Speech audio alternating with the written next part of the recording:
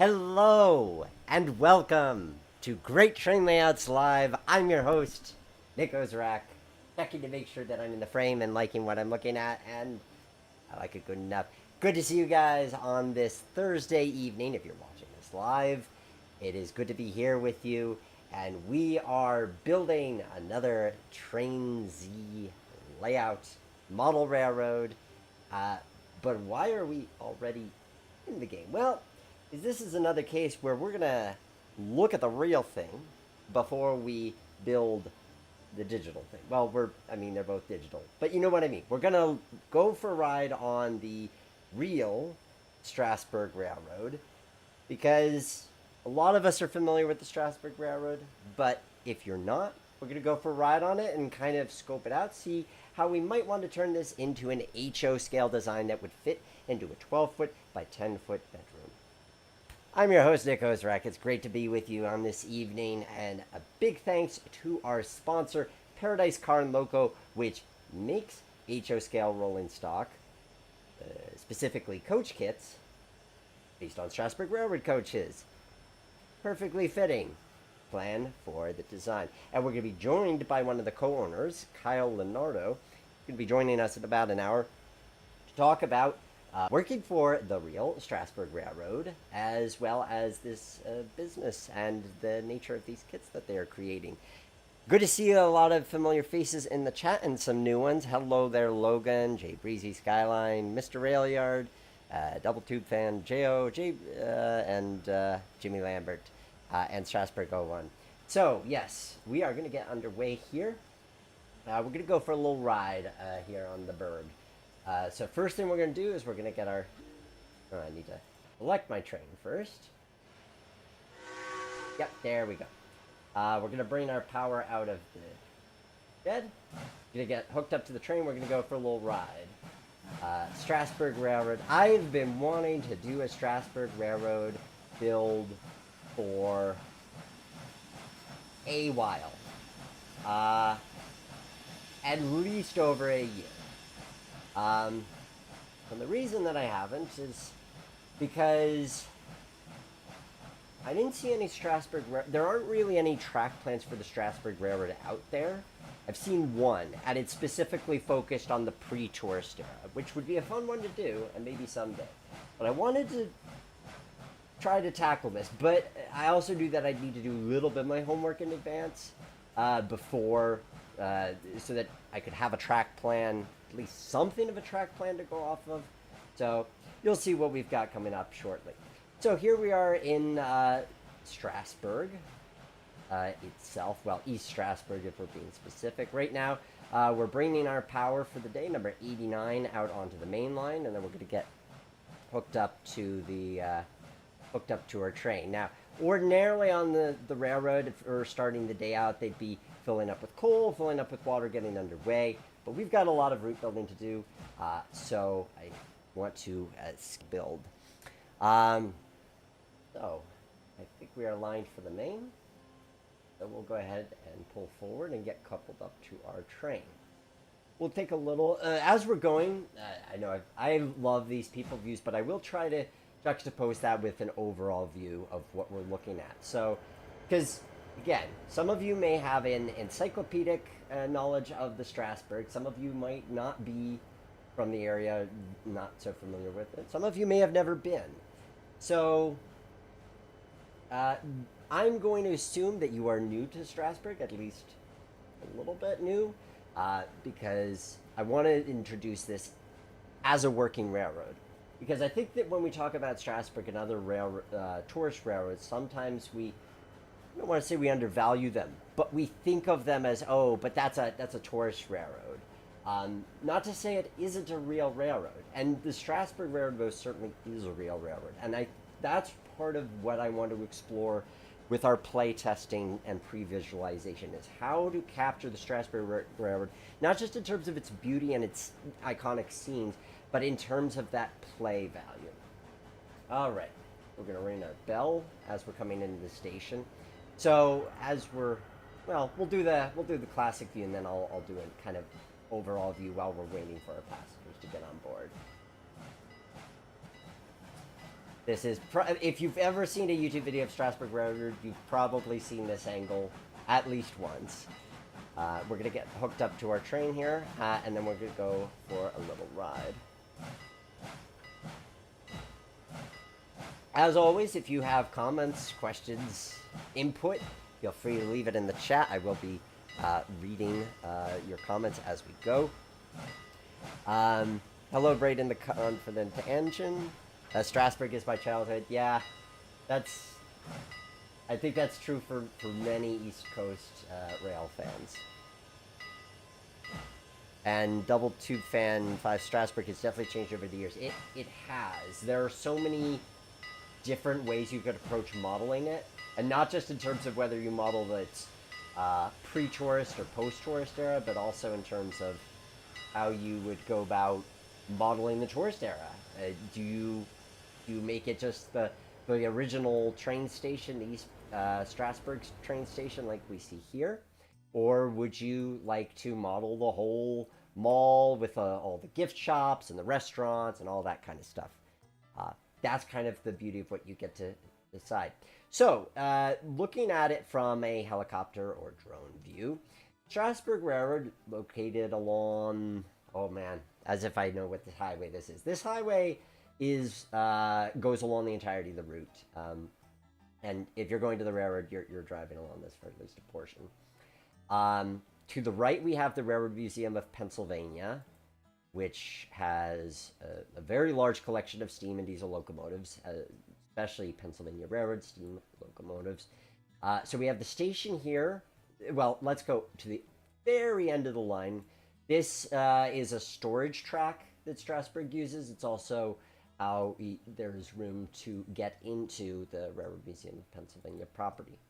Crossing the road, we've got J Tower, we've got the station, we've got a couple of sidings. Now, these are empty in the sim, but these would ordinarily be where they store extra coaches that they aren't using. And then, of course, the main line here and the platform track over here. That gives us our overview of Strasburg, or East Strasburg. And then we've got our engine facility, which you saw me brain 89 out of. Coaling ramp.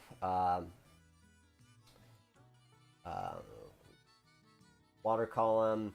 The back shops, the mechanical department, where they do the servicing on their equipment. And at a post-2008 edition is this big transload facility. In around the late 2000s, Strasburg really started to get into the freight market. And this is where, this was the first freight facility they built until just very recently, for being able to have trucks come in and unload agricultural products, lumber, things along those lines. So, and we could probably talk to our special guest who's going to be coming on at 8 a little bit more about the freight side of things. So, with that said, let us get underway.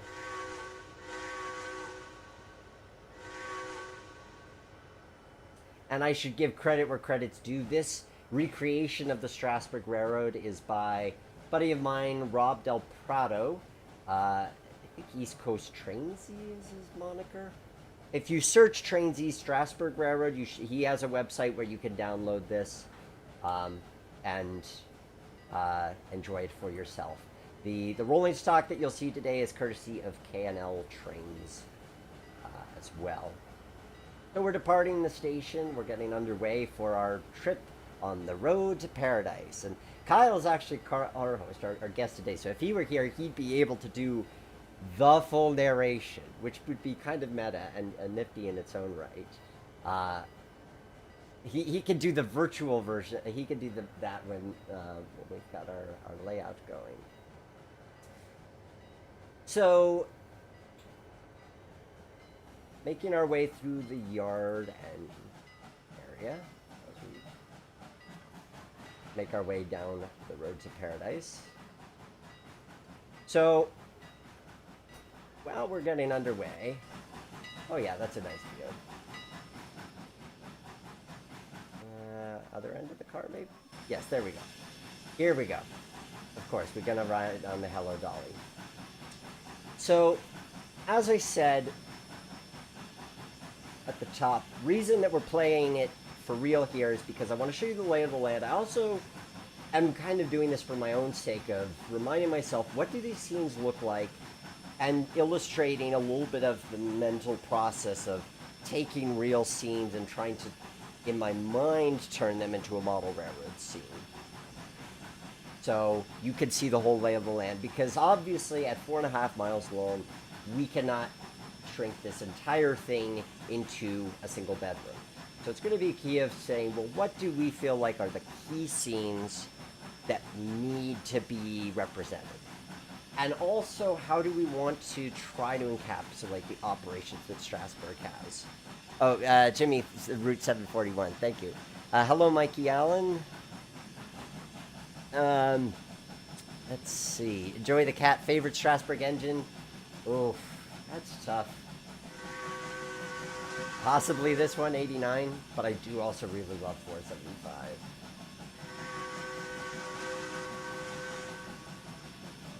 And on our left, we can see we're passing the red Caboose Motel. Great place to stay if you're in the area. I've spent a number of nights there. Also a great place to pull in and be able to catch, get your shots of the train going by.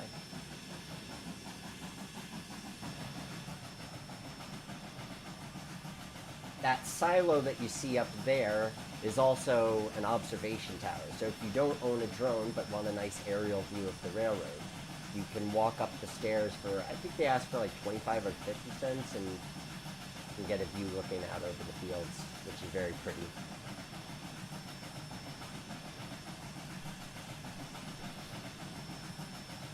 Jimmy Lambert, I could smash the whole thing into a bedroom, but there'd be no room for the human operators. That's very true.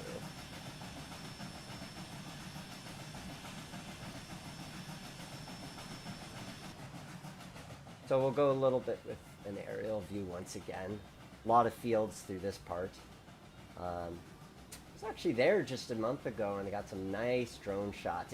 It was really surreal. So my relationship with the Strasburg Railroad goes back to being a kid, plenty of visits. So it's kind of surreal. And I did a music video of it, which you could see if you go way back to my early YouTube videos, way back in 2017. I made a music video with it in Microsoft Train Simulator. I featured in on At the Rail Yard in MSTS and in Trainz. It was very surreal going there and having a drone so that shots like this, and I'm with you. Oh, that's weird. It seems like Ob's studio disconnected for a bit. Don't know how much of that was weird. Anyway, if you have Strasburg stories, share them in the comments. I might read some of them aloud here.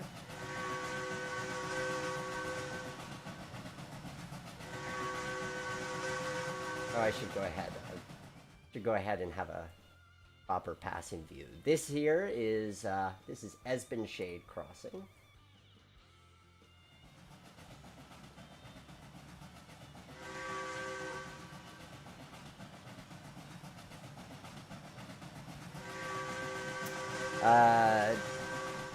Double YouTube fan 5. Forgot where I've seen it, but there's a Strasburg module layout that club does. Yes. In fact, Kyle, who's going to be joining us, is part of that club. He could probably talk a bit about that. That was part of my hesitation, is I thought, well, maybe I build that layout in Trainz. But that layout, at its full length, is something like 140 feet long, which is impressive. It's awesome. I really want to see it in person. But not something you fit into a bedroom. Ergo, why we're going with what we're going with. Now, this location up here is probably one of my favorites. This little grotto of trees. I love going and getting shots along this road here, and I definitely want to incorporate this into the design because, spoiler alert, our railroad is not going to be straight. Unlike Strasburg, that's part of the challenge with modeling Strasburg, is as you're seeing, so much of it is straight, not a lot of curves. So it's hard to sort of mask the fact that you have to have curves, but trees is one way to do it. So I think we're going to use this as a scene for for one of the curves. Now we'll get ahead of our train, and as we're passing through the Cherry Hill Amusement Park, I don't know if that's its actual name as a business, but it's essentially an amusement park. One of those things where this I could safely say I'm choosing not to model, but maybe you want all that detail and all of the excitement of having different rides and the corn maze and all the people figures and all that kind of thing.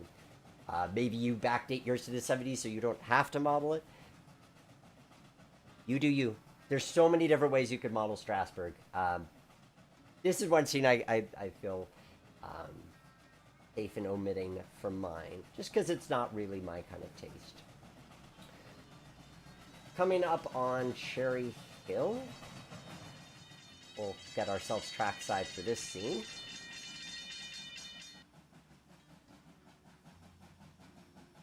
Looking at the comments, Carmen Bay Lines. My story is at the cemetery. When I was filming the last days of 6/11 in Strasburg, I was getting a shot of the cemetery, but slipped off the wall and missed the shot and hit my knee. Oh, I'm sorry to hear that, Carmen. That's too bad. At least you came out of it with an exciting story, but maybe too exciting. Maybe a bit too exciting. Cherry Hill, halfway point on the railroad. This is where, when the railroad is operating 2 trains at a time, they meet here. This is also where, during Days Out with Thomas, Thomas will run around the train and make his way back to Strasburg. During the summer, they stop here so that people can get off at Groff's Grove and have a picnic. Strasburg 01. I am also a member of the Strasburg Model Railroad Club. While our layout is very large, we only have about half the actual railroad model, which is crazy to think about how large the actual railroad is. Yeah, I think if you were... I think what, like 400? I did do the math at some point. It's like 400, maybe 350 feet, linear feet, if you want to model Strasburg and HO, something like that. So yes, halfway point. Great to watch 2 trains pass here. I think one of my favorite meets was during the Heritage Rail Alliance convention. Heritage Rail Alliance is a tourist railroad industry organization, and I was riding in the number 10 business car, which is the president's car, as they market it.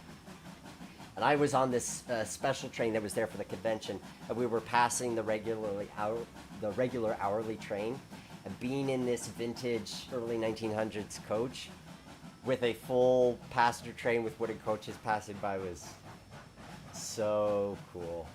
Just so cool. Okay, we are coming up on another well-known location when it comes to how the railroad operates, and that is the Carpenters Crossing, which is also where the ghost whistle ritual is performed. If you're not familiar, the ghost whistle being where there was another railroad that ran in this area, Lancaster, Oxford, and Southern, which was a narrow gauge railroad that disappeared over 100 years ago.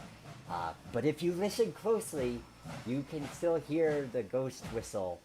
And obviously, I can't really emulate in Trainz, but they'll do a fancy whistle pattern with the steam locomotive, and then because of the valley, it'll echo and it'll sound like a ghost. Everybody gets a kick out of it. It's a classic. So they bring the train to a stop. They do a fancy whistle pattern, and then they get underway.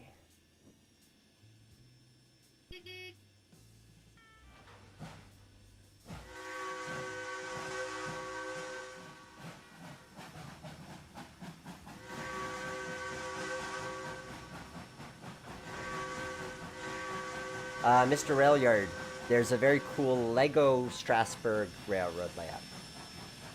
Interesting, I'm not familiar with Lego Strasburg Railroad. I would love to see that.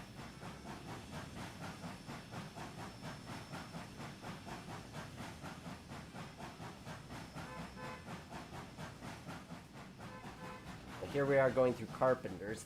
The The graveyard that Carmen was telling us about is right up here. There's a set of stairs, which isn't modeled, but you can pretend there's a set of stairs here that lead to this graveyard, which you can just walk into. I got a really nice drone shot here from the last time I was here. And that is just such a lovely view. Yes, Jimmy Lambert is quoting the script, which is, did I hear someone say echo? Goodness, no. We pay that old ghost $37.50 a day to do that for us. Makes him the highest paid employee on the railroad. Right. The other fun thing that they do in the narration, the next scene we're coming up to, we fly ahead, is the only bridge on the entire Strasburg Railroad. This bridge having been constructed in 2011 to replace the original timber structure that was over 100 years old. This is the part of the show where they tell you to lift up your feet so that you clear the bridge, and everybody gets a kick out of that. And Strasburg's such a... I have so many fond memories of Strasburg.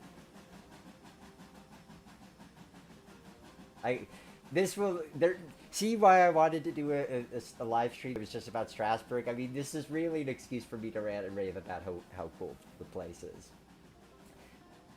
Alright, so now we're going, now we're making our way around one of the only pronounced curves on the railroad. And we're going downhill to Lehman Place, also known as Paradise, which is where we meet with the Keystone Line, which is also where you can see Amtrak going by, and occasionally Norfolk Southern. I think Norfolk Southern mainly runs in the night. Hey, Paula Ziegler. Let's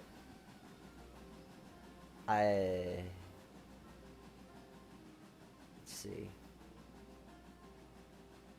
And hey, Jo. So, this is one place where one could have a nice curve that would be realistic, quote unquote. But we're going to talk about the challenge of modeling the curves, and even if you were going to try to replicate perspective before we go into the track plan. Excuse me. I'll get back on board. Oh, we're on the steam locomotive now. Yeah, we'll lean our head out the window. There we go.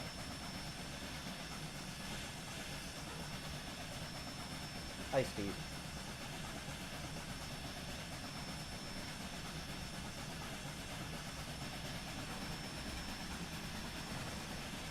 And now here we are coming into Paradise, aka Lehman Place, which is where Strasburg Railroad ends, interchanges with the Amtrak main line next door.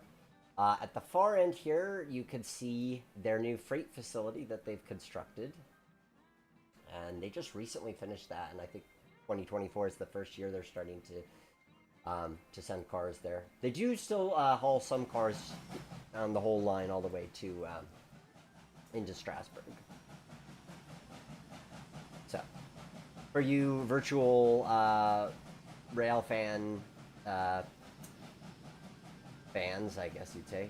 Here's the camera for us to get the classic view as the train pulls into the end of the line. Oh, I'm glad you said hi, Steve, Jimmy. So here we are pulling into the end of the line. And that is the Strasburg Railroad in real life. Half of our journey done. At this point, we would run the locomotive around the train and then return to Strasburg. And we're going to omit that part because I do want to get to the route building sooner rather than later. But before we exit this part of the sim, we're going to talk a little bit about the challenges that face us when it comes to modeling this railroad. Because you think, well, what I've seen doesn't seem like that hard to model. I mean, you don't have a lot of sidings and things. Surely it's not that hard. But here's some of the thoughts that I've had as I've tried to approach developing a track plan when it comes to Strasburg. So the first thing is that it doesn't lend itself to a natural circle because most of it is straight. There's also thinking about perspective in terms of how you're viewing the railroad. So a lot of the railroad, when you think about the photos that you've seen online, most of the photos and the classic view of the railroad is taken from the south side of the railroad. So you'll see shots from Carpenters Crossing, usually on this side, with the exception being the graveyard. Or if you're talking about Groff's Grove, you usually see photos from this side of the railroad. And same is true for Strasburg, because we're on the same side as Strasburg Station. So for the most part, everything lines up to be visible from this point. But it gets tricky when you try to turn that into a model railroad, because if I'm seeing it from this vantage point, my curves are constantly going away. So it'd sort of be a matter of creating a layout on the inside and having to walk around the outside of the layout to get the perfect perspective with the way the curves go. I hope this is making sense. I realize this may be a little difficult to illustrate and might make you a little clearer when I show you the beginnings of the track plan that I've developed. But basically what I'm saying is, most of the time when you think about how Strasburg Railroad should look, I think of scenes viewing it from the south. But viewing scenes from the south means the curves are going away. So it's more like, if you thought, we've all been to model train shows, right? And we've all seen the layouts that are a big square, a rectangle, and you're walking around the outside. That's basically the equivalent here. But the trick is that in a bedroom, you don't have enough room, unless you're making a 4x8 or something really small, to make a layout in the center of a space that you're walking around. You're kind of gypping yourself of space that you could be using for actually modeling. So anything else that... I do want to switch us over to the model railroad world and start getting to build that. But if there's anything anybody'd like to see before we leave this sim, do let me know in the chat, and I can answer any of your questions here. So we'll do one last helicopter look at the railroad going from east to west. So here we have the Amtrak main line and the interchange and the runaround. Then we climb out, and this is quite a grade. To hear the locomotives working out of this grade is truly a treat. Plenty of farmland. We've got this bridge scene. I'm tempted to include that because yay for having a bridge. Then we have Carpenters Crossing over here, ghost train whistle location, more fields. Then we get to Groff's Grove, which has our runaround. Well, not run around, but passing loop for running multiple trains. Cherry Hill Amusement area. I forget that, I guess this is Esben Shade. I feel like there's a specific name for this set of trees that I'm spacing on. If you know it, feel free to share it. Esben Shade Crossing. More fields. Gee, I wonder if some fields are going to be in our future with this design. The Red Caboose Motel, the petting zoo, buggy rides, all that good stuff. I forget this street name, but that's our third and final crossing before we get back into Strasburg proper, where we have our yard, our shops, the engine house, and then finally the station, and all of its assorted buildings, and the parking lot. Groundhog cut. Thank you, Rule 281C. So, now that we've looked at the real Strasburg, we're going to look at the model. I'm going to switch over to that screen, so I will be right back.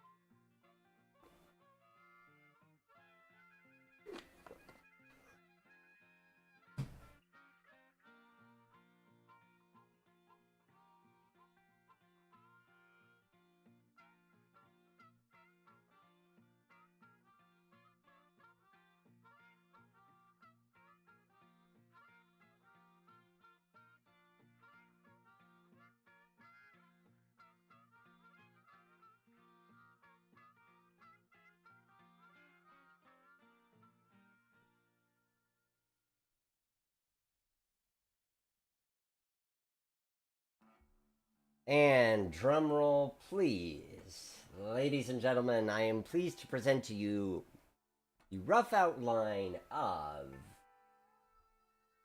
the Strasburg Railroad, as modeled in a 12 by 10 bedroom in HO scale. So, let's talk about this plan. Let's talk about what I came up with in my mind in advance and what I've not decided and will decide as I work alongside this with you guys. So, first thing you're going to say is, Nick, there is one runaround, but we saw 3 runarounds. What are you playing at? Well, let's look at the runaround. So this runaround is going to be East Strasburg Station and Lehman Place. Because what we're going to do is we're going to stick a wall here. I'm going to go to my walls layer, put that down. And we're going to put... Oop, I don't know why it's doing that thing. Though it shouldn't be. We're going to put a wall... Oh, it's still doing the thing I don't want it to do. Let's delete that. I did some playing around earlier in that. That shouldn't have deleted the basement. Oh, there we are. Okay, so we are going to put a wall here, like so.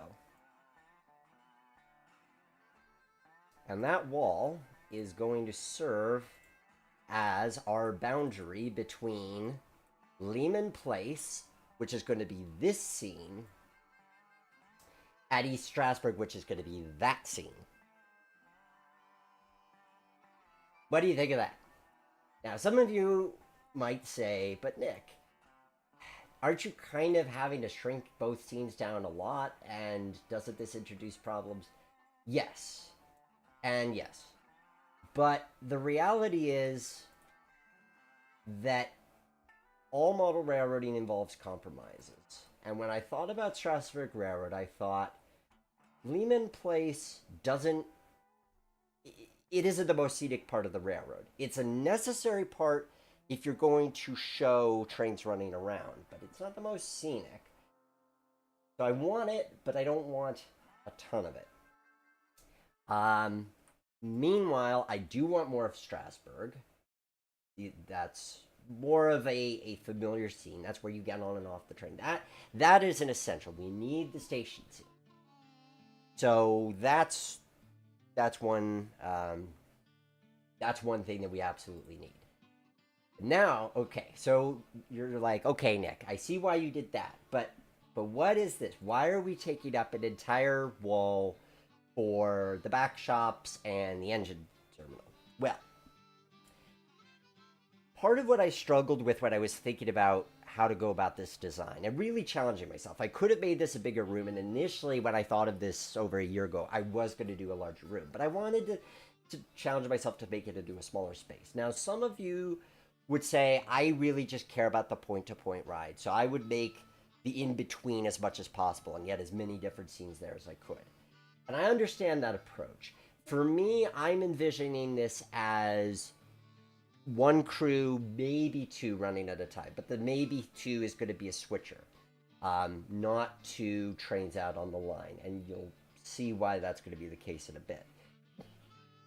But I'm also thinking of variety. And coming back to that point that Strasburg Railroad is a real railroad, it is real railroading, I wanted to get the freight business in there. I wanted the variety, because if we just focus on the passenger side, I think that could be a little repetitive over time. And with any design that I build, I'm mindful of what's the variety, how much life can I get out of this design.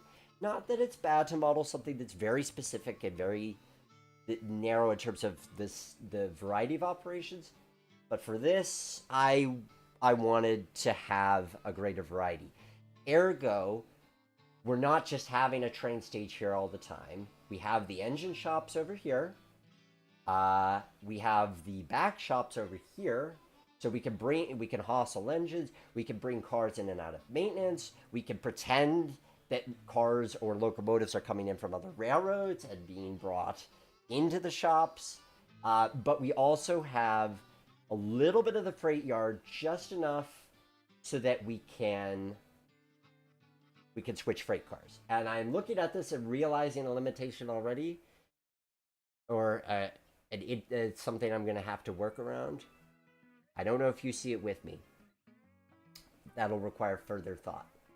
But we'll reveal what that is later. Now, these two walls I'm not entirely decided on.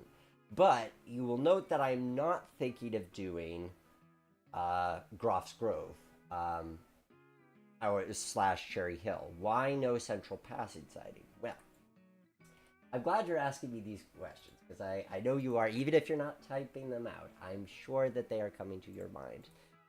Well, first I need to get my track, and we're going to make that an RTXT 115 with J and with a darker ballast, but not rusty.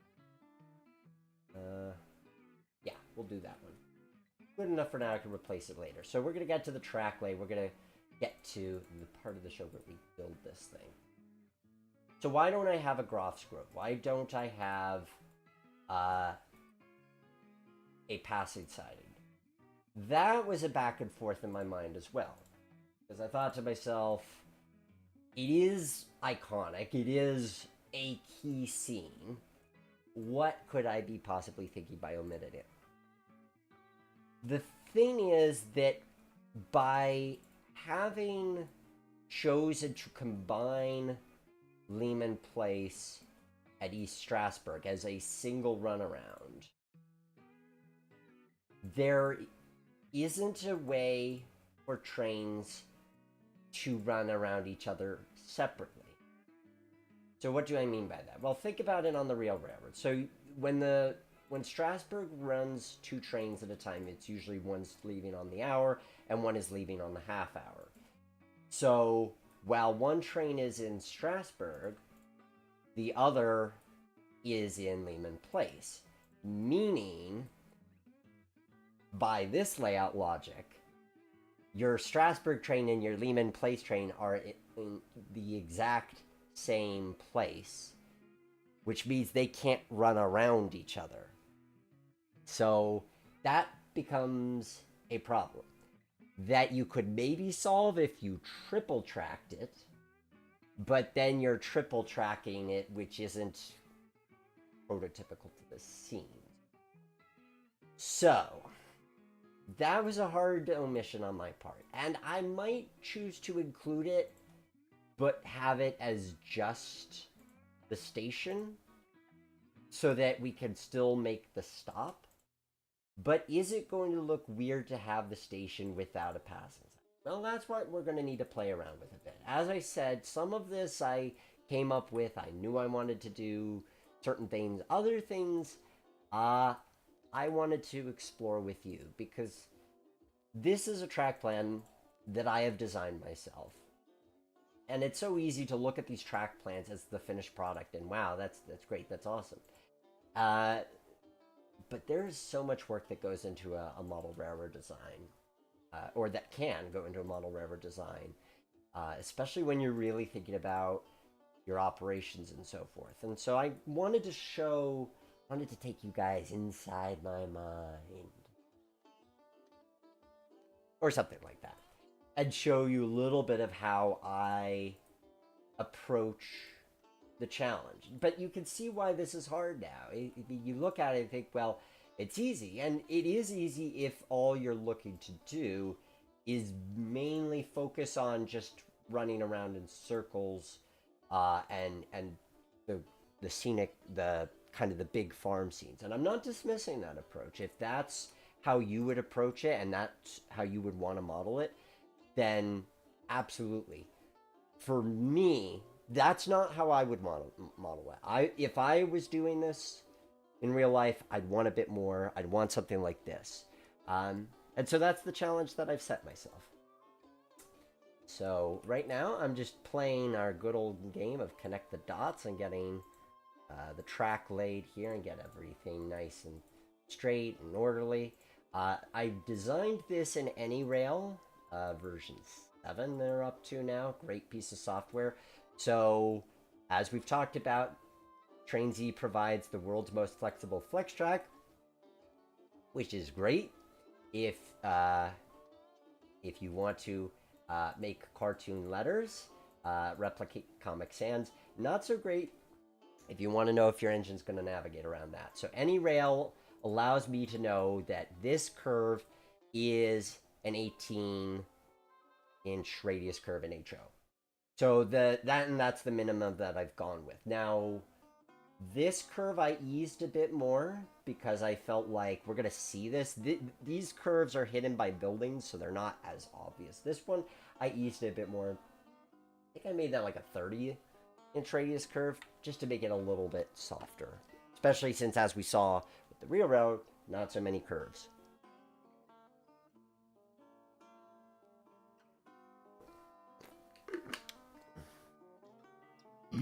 Excuse me. Coal and Steel Railroad videos. You're also missing the little siding that's coming into Lehman Place. Yes. Now, I could probably fit it in off of here, but there's not really a lot of times that's a storage track. I've seen the crane there. I've seen MOW stuff there. So it's not serving a function. I mean, it's serving a function in real life, but is it essential for me? Probably not. Last bit of track I need my concrete ties. I think this might look good enough. Should have grabbed the other one from there.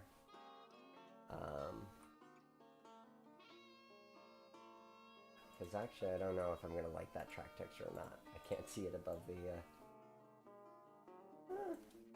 Sure. We'll work with that for now. So this is our representation of Amtrak.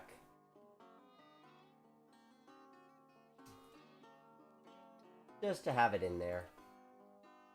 That was another thing I struggled with, is like if you take Lehman Place and shrink it, you can't have room for the new freight facility. That's true. And you can't really have an active interchange. Like, you can't have trains come in. You can't have Amtrak trains passing. Maybe that would be a priority to you. That was another thing I struggled with for a long time as I was envisioning this. I wanted a Lehman Place where Amtrak could go through. I just don't think you could do it in such a small space. At least not unless you make Lehman Place a really big part of the design and the scene. So that's all of our track in place, except for that which interacts with buildings. So let's get to that. Let's put some buildings down. So we're going to start with the engine shed. And it should be this way. So the engine shed's going to go right here. And right about there. And you can see that what I did, this is another reason I love combining train simulators with model railroading. So somebody made this awesome building in Trainz, which I was then able to take and measure thanks to the ruler tool. And I could see that that was, well, 18.9 meters real scale. You could measure the building on Google Maps. But if we switch that over to real, or not real, but HO scale, imperial units, we'll see that it's 0.7 feet, which translates to like 9 inches, thereabouts, and 1.6 feet. So I measured it here in the sim to then map it out in my track plan. Initially, I was going to do a funky thing and have the engine shed kind of be 2 buildings, because as you may recall from seeing the real railroad, when you're looking down the station platform, you would see this in the background. So you could kind of do a funky thing whereby the engine shed is now a L-shaped building. I'm ultimately omitting it, though. we'll do other things there. So that's the challenge of compression when it comes to modeling. Now that we have our building in place, though, we can get our two tracks lined up with the shed. And next major building that we've got here is... Oh, I don't think I saved it, but the Strasburg Shop. But that's going to be our... I can't believe I didn't save that building. So I'm looking... sometimes, as you know, I save... Or I start C. That, I bet that's it. Really?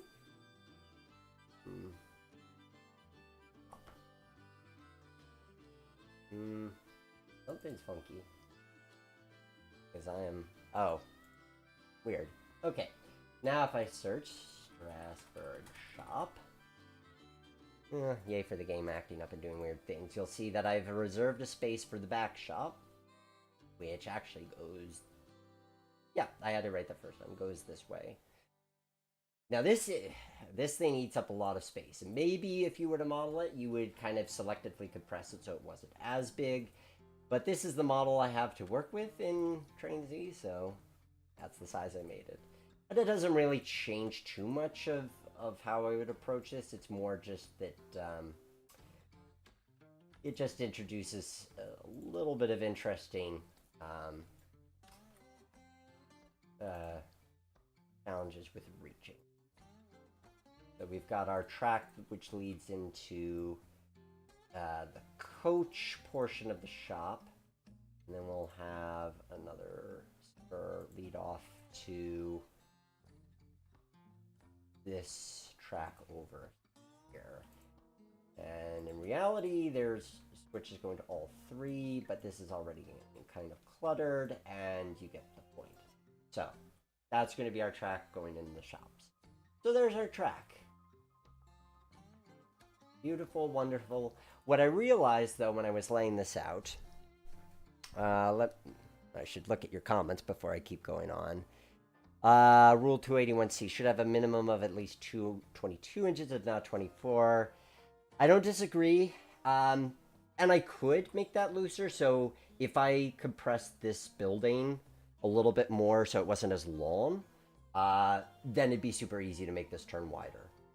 So yes, agree with you there. And even here, we could probably move the engine shed up a little bit, and then we'd be able to widen that. So I don't disagree with you, and that's why good to know your rolling stock, and good to know the space you have, the buildings you're going to be using, that kind of thing. Good evening, MLW Rudy or Ruby. Let's see. Do you not remove your curve dots, Nick, to smooth out your layout curves, Harley? For this one, wasn't terribly important. This was just... Designing this in any rail and bringing it into the sim was more to prove that it could be done. Not to be 100% exact about this. Let's see. Jimmy Lambert would have considered putting the engine house at an angle, free up more space on the straightaway, but that's just me. Yep, yeah, you could do that. I see how you'd do that. Hi, Jack Boy. So, what I just realized is here I've gone, and I don't have a way to run around freight cars that I'm going to want a yard here. So, what do I want to do about it? I could just say those freight cars have to go, that you have to go all the way over to Strasburg and run around them here and then bring them out. I don't know that I love that approach, though. So what I'm going to do instead is I'm going to create a switch over here. And we're going to have another track here, which then will close up into another switch there. So now we have a turnout, yes, we have a loop here for being able to run around our cars. So here's one of which this kind of loop does exist at Strasburg. It's actually on the other side of the tracks, but it works. What we're going with here. That way we can run around the freight cars when we bring them in here. Could also use it for coach storage. There are options. All right. Without further ado, that leaves the track in place. So I'm going to bring in our guest. He's going to talk about the real Strasburg. He's going to talk about car hosting there. He's going to talk about his business, and we're going to see some photos of Paradise Car and Locomotive's beautiful 3D printed kits. So stay tuned here on Great Train Layouts Live.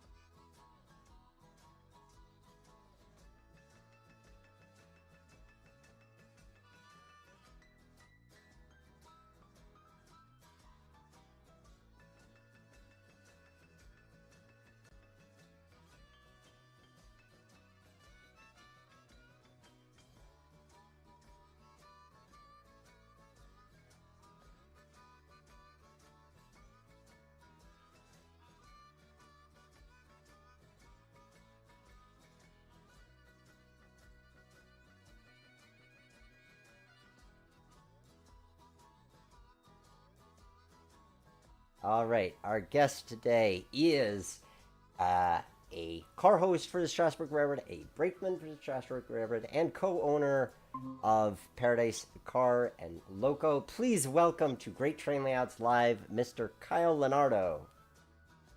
Hey, Nick, thanks for having me on tonight. It's great to have you. It was great to meet you last month as well at the Berg. Yeah, no, it was great to meet you. Great to be able to have a good dinner, great conversation. Really appreciate the opportunity to share our cars, our business, our love of Strasburg Railroad with all of your fine viewers. So, and in talking, you'd mentioned when we met being a fan of At the Rail Yard, and it was funny because I was searching through my emails. I was trying to come up with your email address, and I saw that way back in 2010, you had submitted a screenshot for one of the screenshot competitions I used to host on atherailyard.com. Do you remember this? I honestly do not. Well, I mean, that was 14 years ago, so, you know, just yesterday. A lot of life has happened in 14 years, sir. Yes. Well, in a way, I'm glad that you've had enough excitement that submitting a screenshot to a competition way back in 2010 isn't the big deal of things. So, well, it must not have been good. Oh, I can't say if it was good or not. I think those were viewer rated. I forget. It has been long enough since I posted them. But anyway, so how did you first become connected with the Strasburg Railroad?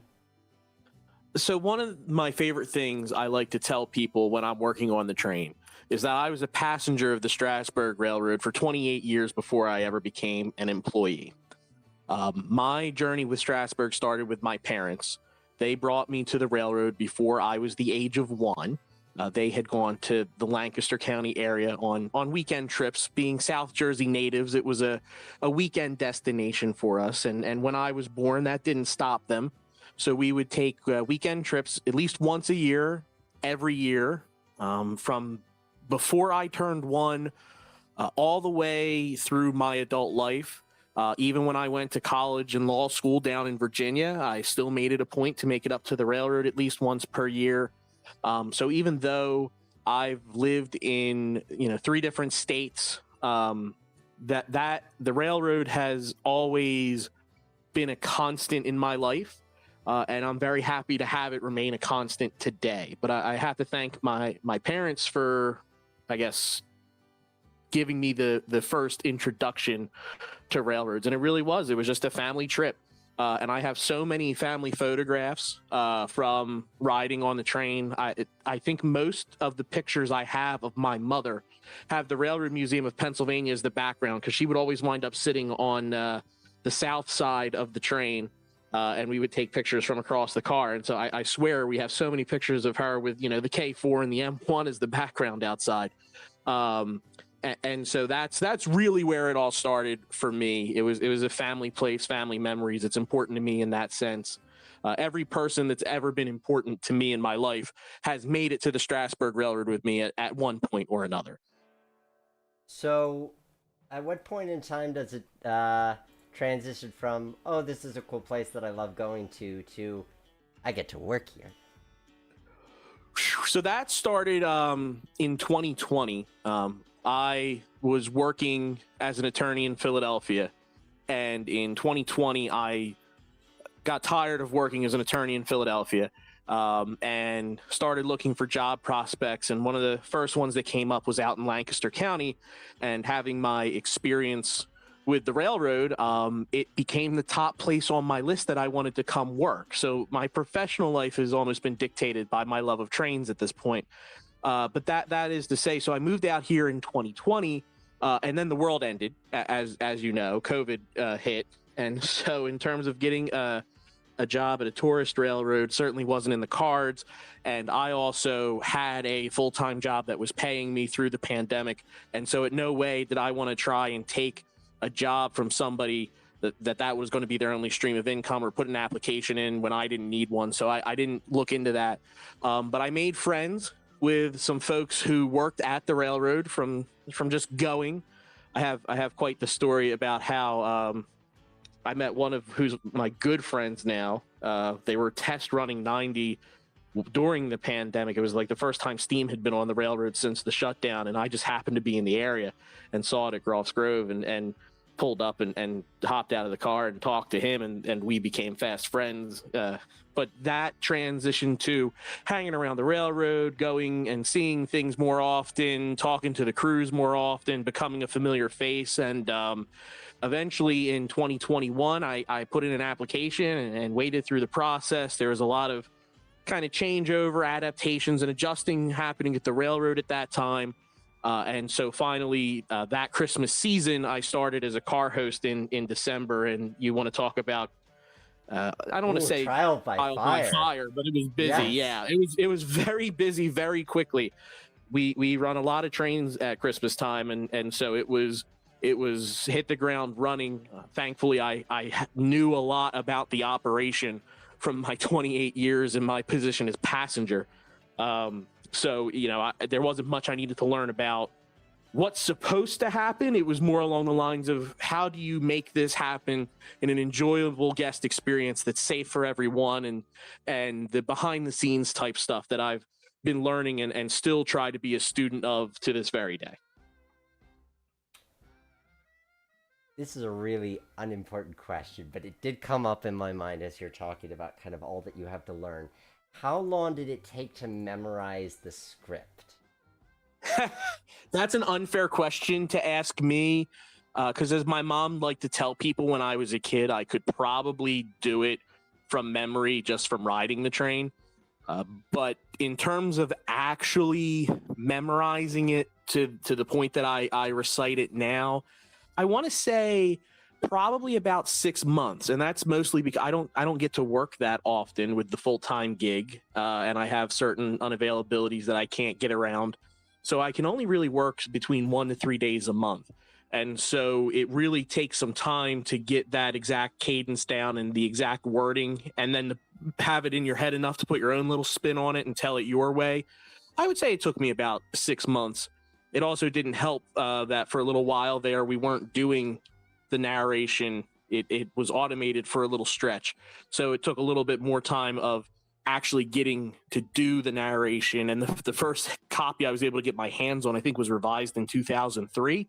So a little bit of tweaking occurred by the time I finally got around to doing it with any form of common time frame. But yeah, about 6 months.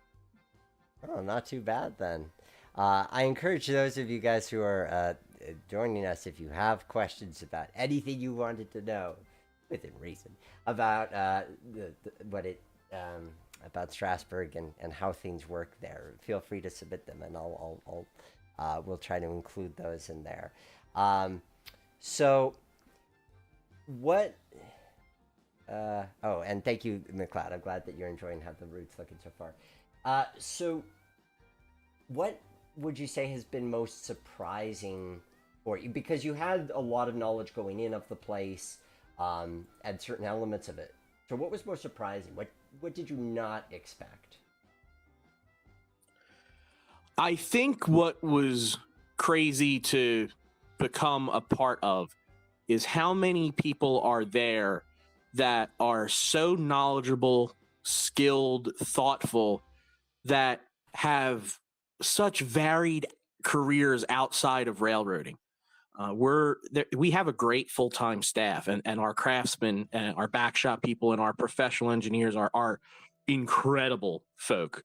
But it's the part-timers that really fill out the roster there, and they're all also really skilled and intelligent and thoughtful, and they have this wide variety of backgrounds, and I think it was sitting down and pulling back the curtain and getting a chance to talk to these people about their lives that didn't have anything to do with trains, and just getting to join this fantastic community that I'm a part of. I really enjoy working with the people I work with, and the crews are always so varied, and everybody's got kind of their own input. There's you can learn from everybody. And so, it's I think that was the crazy thing to me, was to see all of this group of people that all like trains, but all come from different places and really put on a fantastic operation. Yeah, I think that it's been interesting to learn different people. Like, because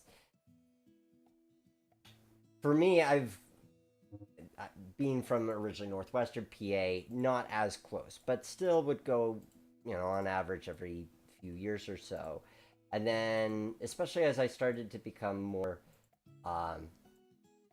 involved with rail preservation, I started up the podcast, and I'd cover things there.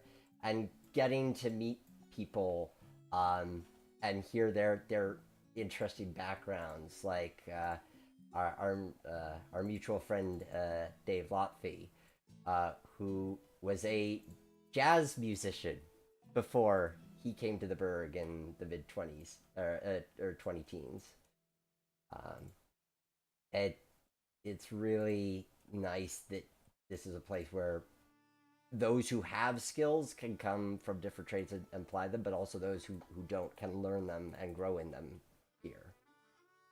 And what you don't realize is there's aspects of railroading that you can take your external experience and bring in. And so, like, one of the things I remember Dave Lotfi talking about is that there's like a different sound of, say, a cross compound air compressor versus a single air compressor versus two single air compressors working in sequence.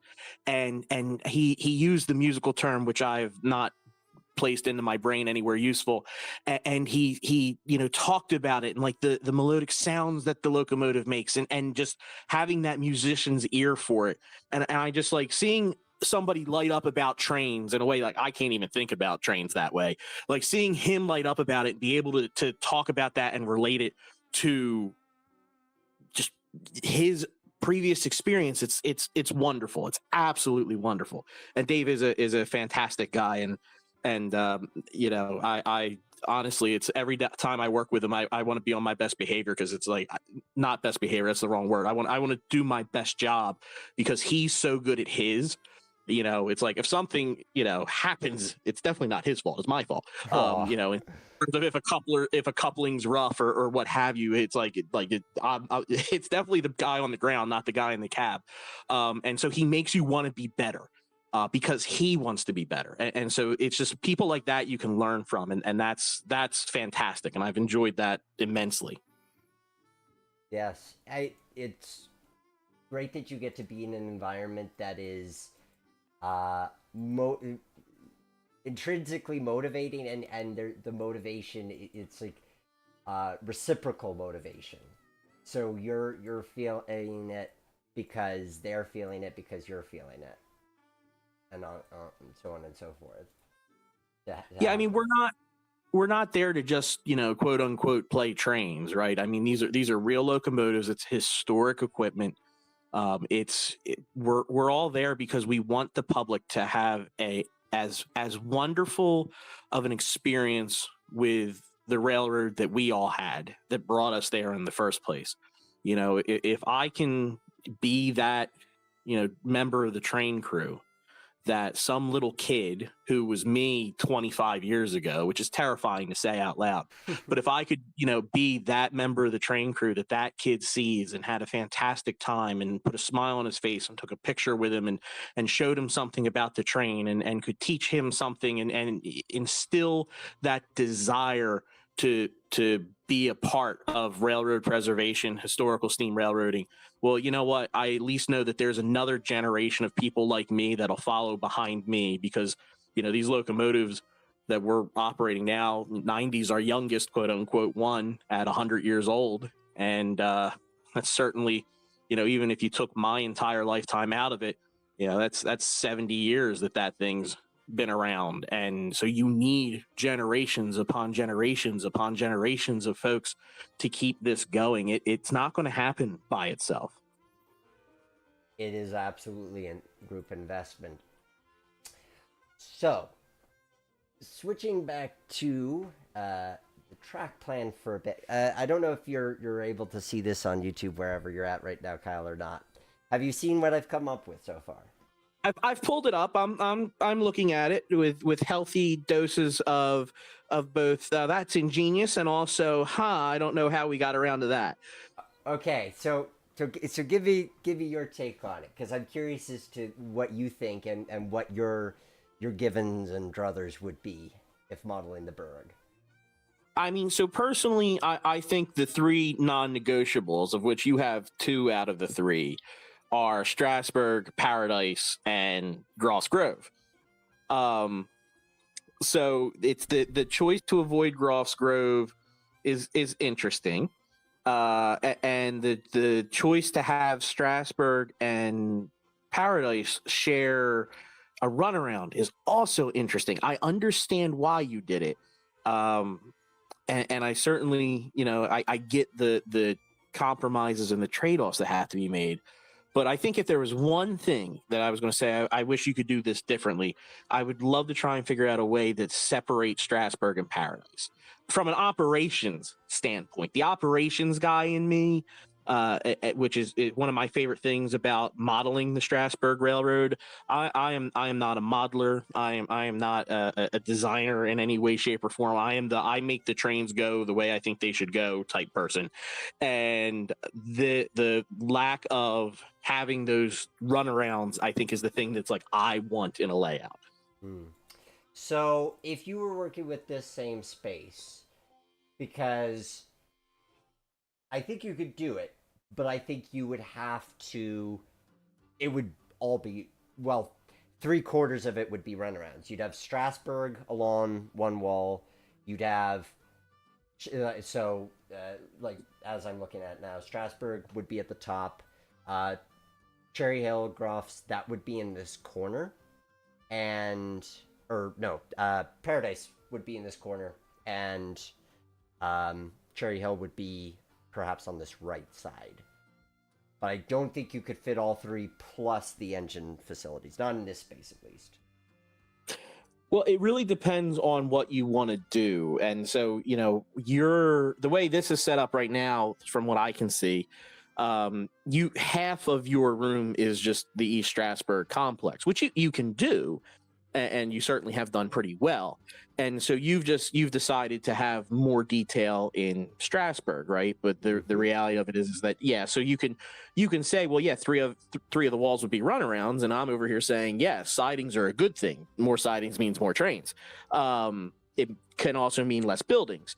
So you have to make a choice as to what your operation would look like.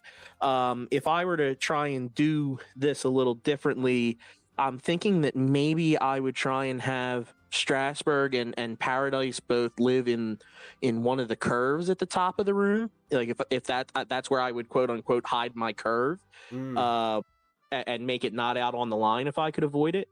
And then have so assuming they're the two top curves, then make Groff's Grove the bottom wall across from it, and then give you some trackage on either side wall.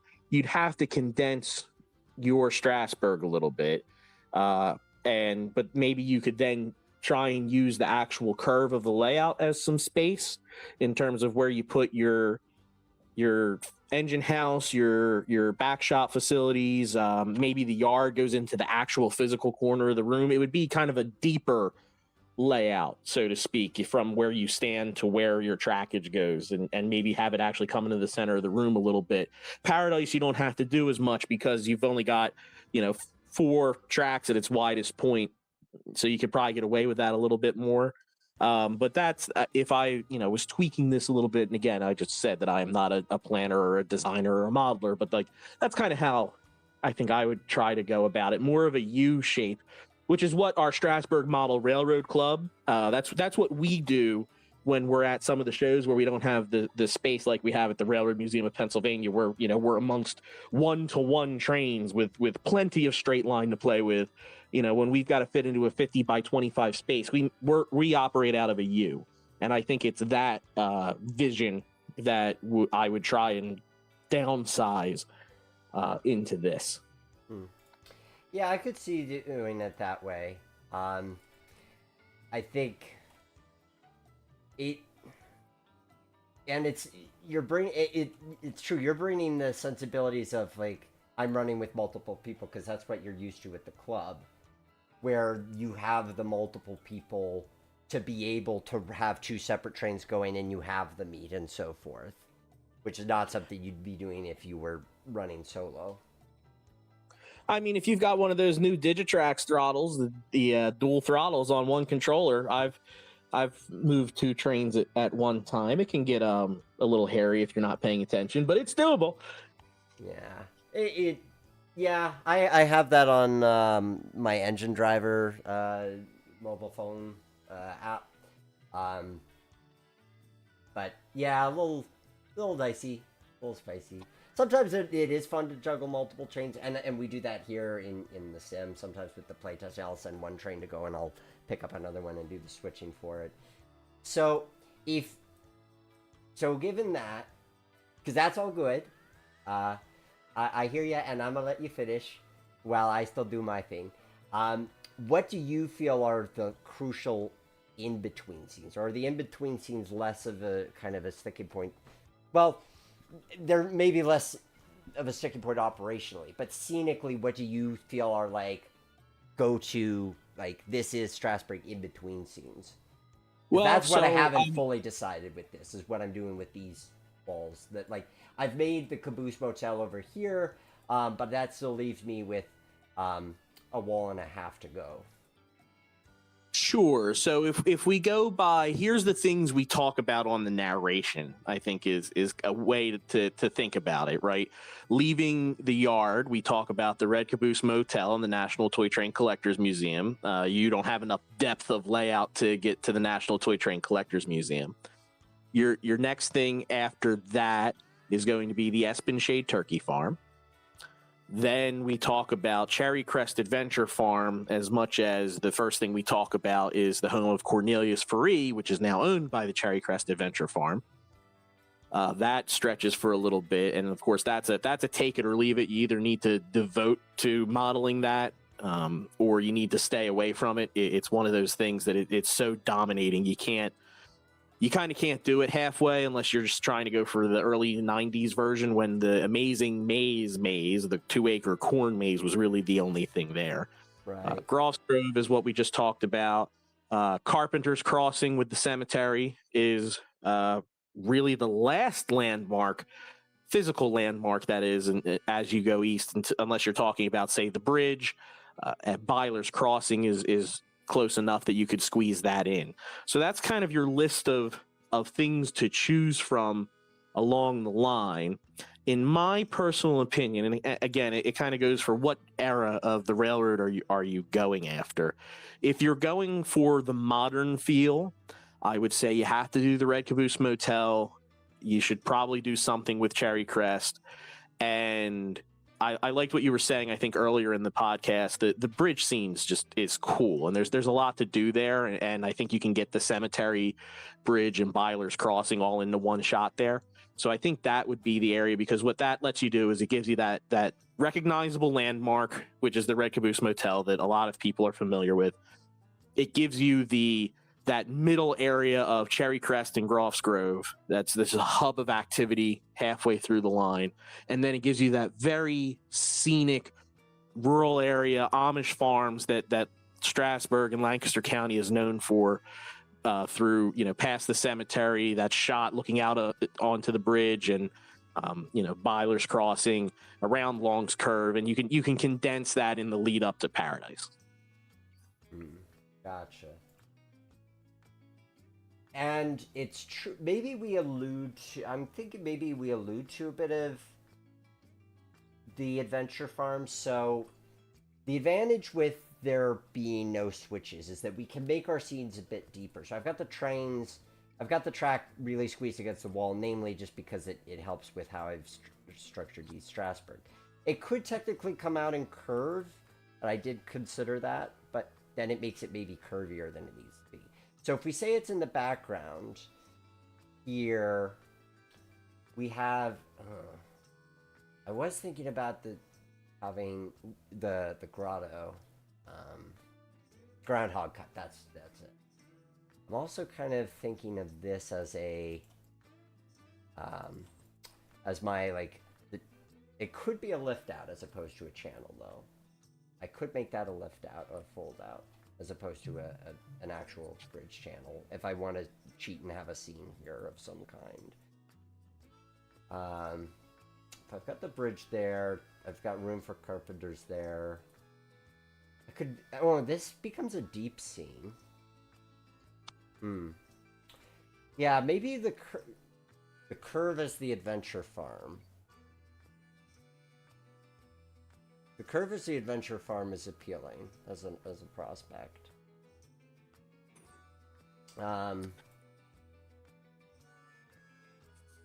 So that I'm still able to have some of the grotto. Let me place some base trees down and see how that looks.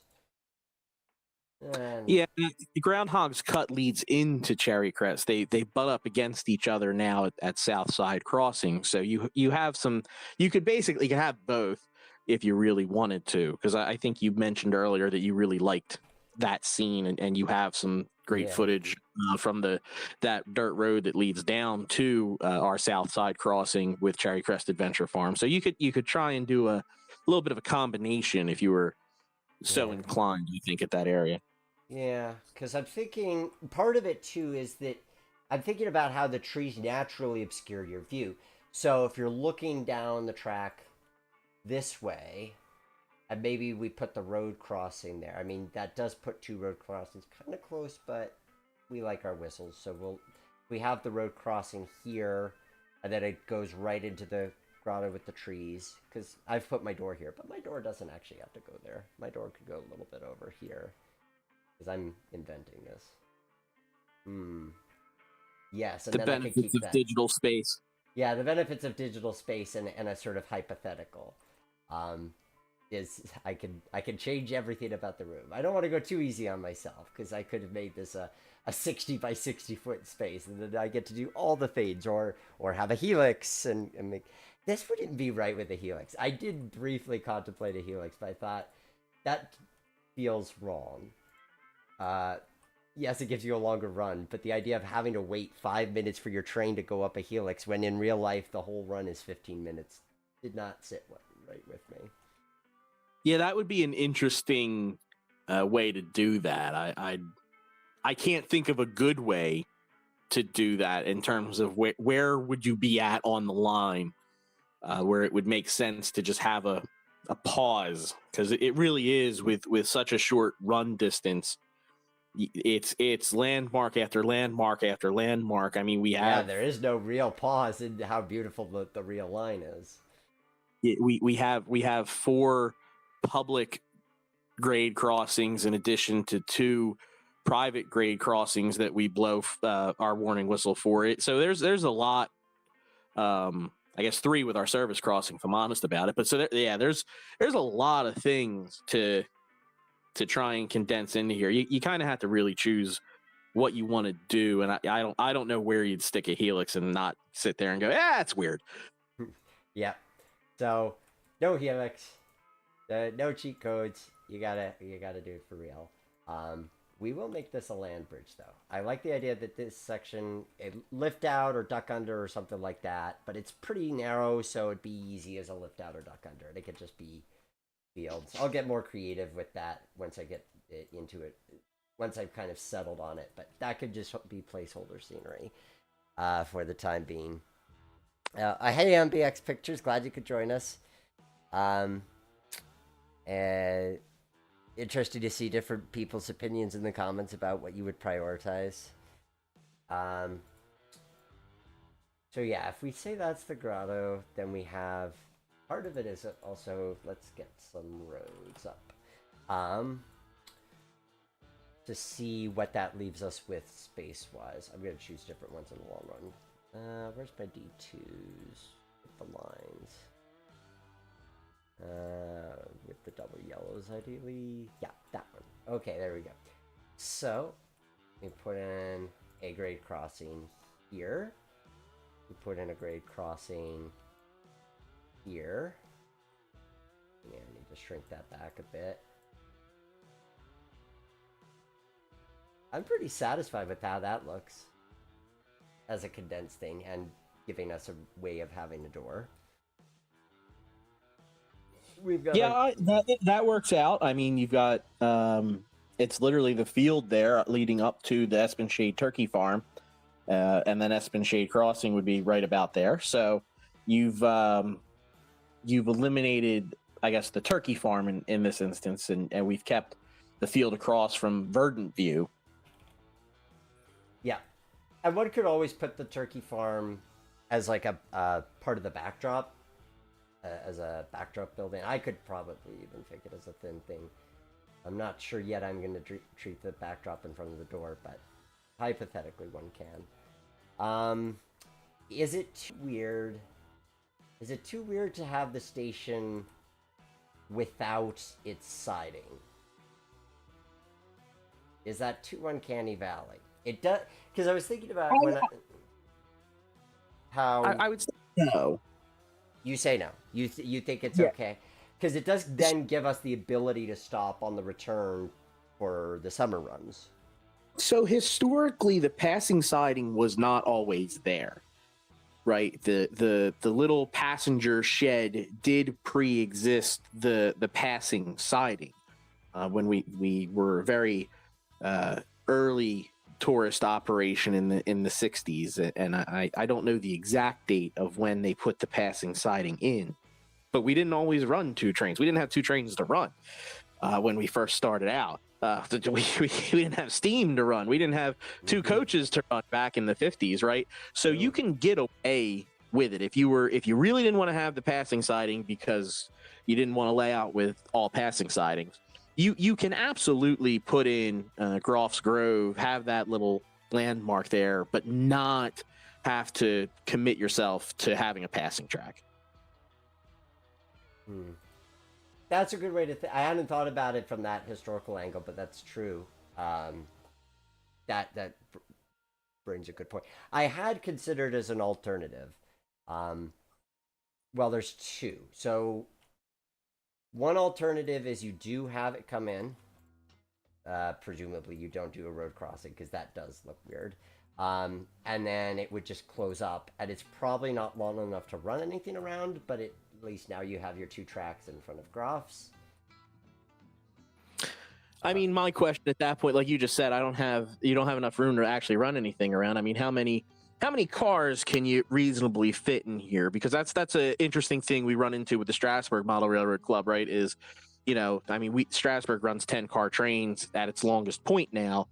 That's what fits in Strasburg. If you really want to push it, I've seen an operation where we had 11 cars. It's not ideal. But point is that usually 10 is our max in Strasburg, and we have more room in Paradise. Those tracks are much longer now after the rebuild. And Groff's got a redesign a few years ago to cut down on some of the grade as well as extend the track. So the limiting factor and the real thing is actually East Strasburg. But the limiting thing with us with the model railroad is that even though the club, we've got about 140 feet of layout that's been being built and updated and continued by the original two were Dave Luciano and Barry Rosier back in the mid 90s, and those guys have just kept slogging away at it ever since. We've never really stopped. But I can't fit 8 cars in East Strasburg on our layout, and and that's entirely reasonable, because even though we have 140 feet, we're still about 140 feet short of being able to do it in true 187 scale.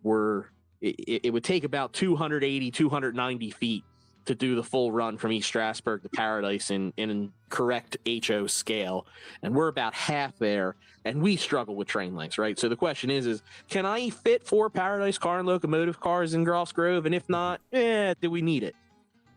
Yeah, and honestly, too, it's also down to what makes sense along a wall. So, again, one of the benefits that you guys know I love talking about pre-visualization, and some of that is just being able to see, well, what does it look like to have, I think this is a 9-car consist, 1, 2, 3, 4, 5, 6, 7. Yeah. So what does it look like to have 9 cars? And by that point, well, now the same train that's going through Red Caboose is also going through Espenshade, which, I mean, it works in the context of if you didn't know what it's really supposed to look like.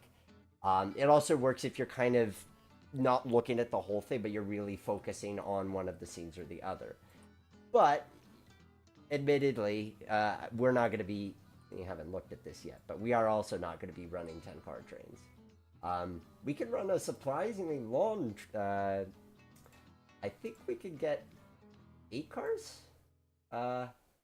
7. We could safely get 7 cars and still have clearance on the other side. So that's not shabby. And I was kind of aiming for 6. But by that point now, it fits the space a little bit more too. Because I think that's one of the considerations is what can you do and what should you do, if you know what I mean. Like, just because right, and I agree. Obviously, you don't want to have 10 cars. Like, I remember when I was a kid, I used to have a 4x8 table that was just 2 loops. And I had this one consist I would put together. I mean, the thing would almost touch itself from head to tail there. It was like, I only think I had about 6 foot of track of clearance because I just wanted to run a really long train. But at that point, it's like, well, that's goofy, right? But, I was a kid. I didn't care.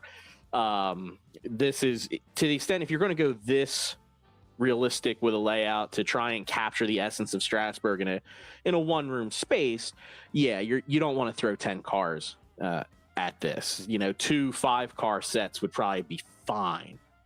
Yeah. So we should, speaking of which, let's talk about what cars they could possibly use. I'm going to switch over to some photos and give you the chance to talk about some of your offerings. Here we've got your open air coaches. So we offer right now. There's 5 different kits available at paradisecarandloco.com/shop. Our open air cars are probably one of the most unique products that we make. These are 3D printed Craftsman kits. They are to scale.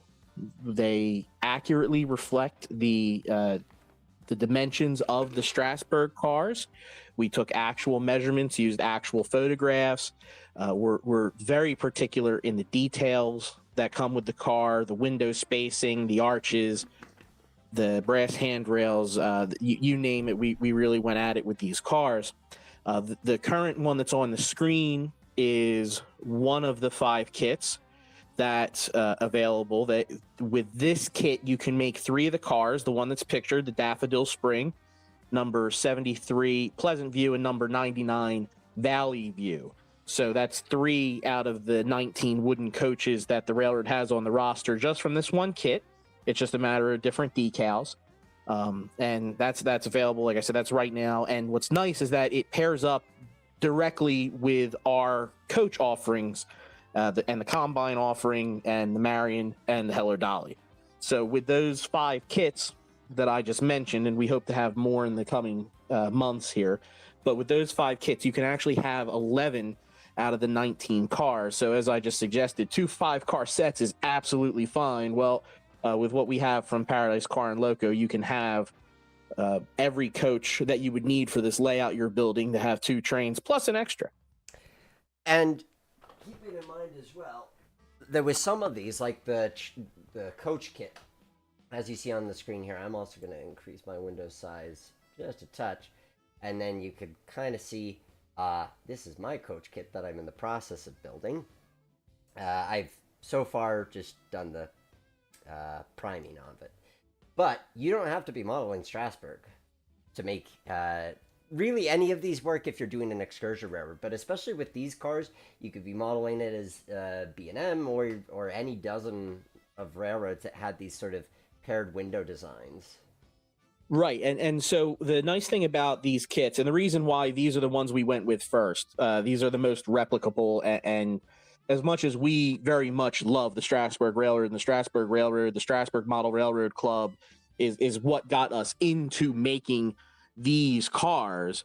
We wanted them for ourselves so that we could do the most prototypical operation possible on the most prototypical Strasburg layout that's out there. Because we wanted that, we went with the big ticket item first, and so there's 5 paired window coaches that are on the roster. So again, just like the open air cars, this one kit, you can make 5 different coaches that are on the roster just by changing the decals. And so, but if you're not a Strasburg modeler, you can model them as Boston and Maine. They are Boston and Maine paired window Pullman style coaches. And so, you can use them for any turn of the century wooden passenger commuter railroad, Northeast United States. They'll fit. They are not unique to Strasburg because we didn't order anything, right? The only thing new to the Strasburg Railroad that's still there is Plymouth number 1. We bought that new in 1926, and it is the only mainstay of the railroad. Everything else we got secondhand. Somebody else had it. Somebody else ordered it. Somebody else built it, and we adapted it to our needs as a tourist railroad from 1958 up until present day. So the other thing is that not only does really nobody make an accurate Strasburg car, nobody really makes, in my opinion, a good, accurate 20th century wooden passenger car. So, if you're a B&M guy out there, a Boston and Maine guy out there, I don't think there's another person that can get you these types of coaches that has it down. The only thing that was really out there were Ambroid Craftsman kits that were wood. And Tim Barger, my partner in all this, the founder, the mastermind in all this, the guy that was crazy enough to suggest it, he has a set, and in the photo that you have up with the Hello Dolly, you can actually see one of them to its right. That's actually an Ambroid kit that's been carved into an open air car, and Tim and Will Prattis and Nick Wilmer are phenomenal modelers that all took time to do this so that they could have their own sets. And it's so time consuming to adapt it to Strasburg. But those kits were out there, and what we decided to do was take those kits that from 40, 50 years ago that are impossible to find and extremely delicate, and you need to be truly a good modeler, and simplify it as much as we could so that it's only a few pieces to get the body assembled with the roof and the seats inside, to then start adding your detail pieces and there's so many fewer pieces in our kits than there were in the old Ambroid kits. And I think you get a much better replicable product, much more accurate product, and you can do with it what you want from there. But we give you everything you need to get it exactly how you see in the photograph. Yes, and especially true with this car right here, the Marion. This was the first car that you guys produced, correct? Yeah, so the Marion is how this all started. It was four of us. It was me, Tim Barger, Nick Woomer, and Will Prattis at the time, and we are all members of the Strasburg Model Railroad Club of New Jersey. Which, by the way, I know I've dropped that name a couple of times. Go over to Facebook, give them a like, check out the stuff that we do there. We have the locomotives. We're really proud of that layout. Dave Luciano, one, he's a great guy, and two, he's a fantastic modeler. He's custom modeled like a lot of the buildings, the fields. I don't know how he does it. Again, I'm a putz when it comes to any of this.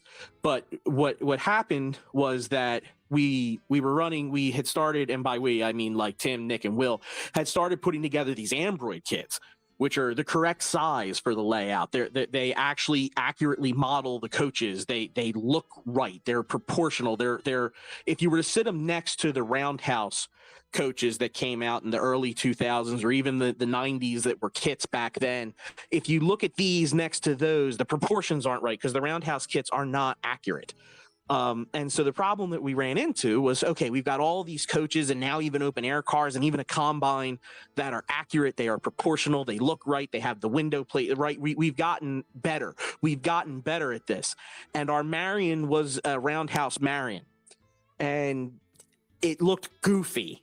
And it bugged us, and we didn't like how we had these really nice kits that guys have put a lot of time and effort into making look like the real thing, and then the roundhouse kit, which was just some 50-foot turn of the century coach that wasn't the Marion, that just had the Marion decals on it.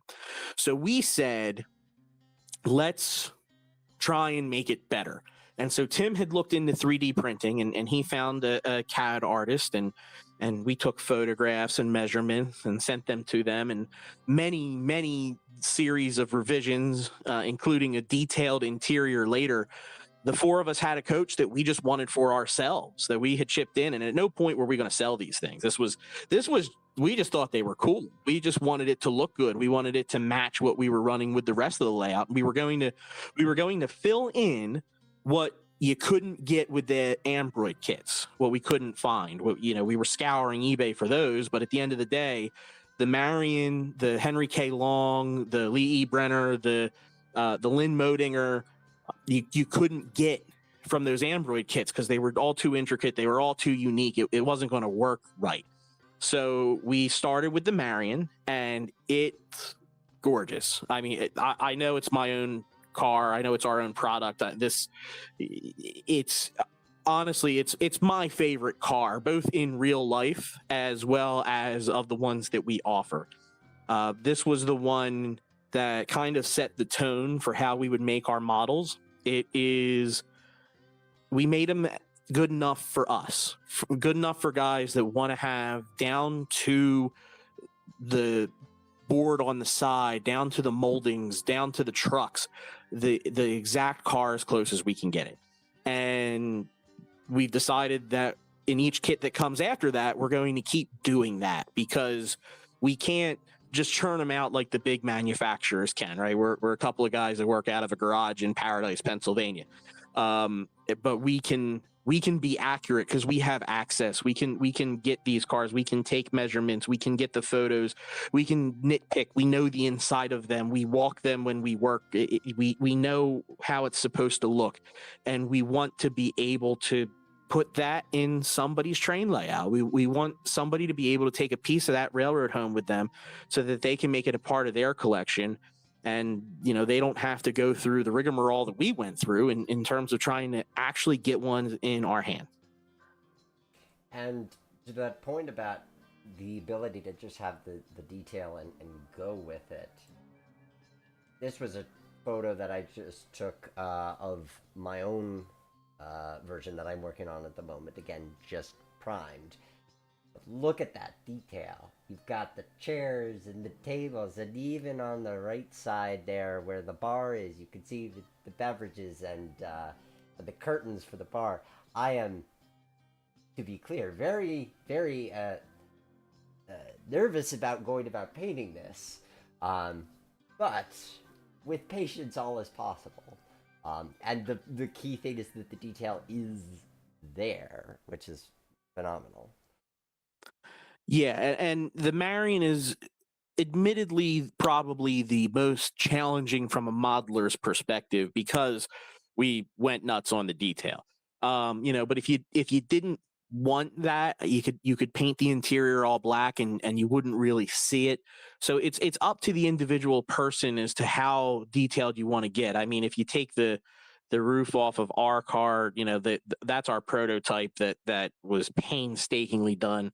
And it's a beautiful example, but I mean, like, the tables are painted, the chairs are painted, the rugs painted, the bar, you can, if you're a modeler, if you really get into the fine details of the car, you can do it. I mean, like, those spindles that are present in the middle of the car. And in case you haven't noticed, that we went a little meta. We took some pictures of the Marion inside the Marion because why not? I love that so much.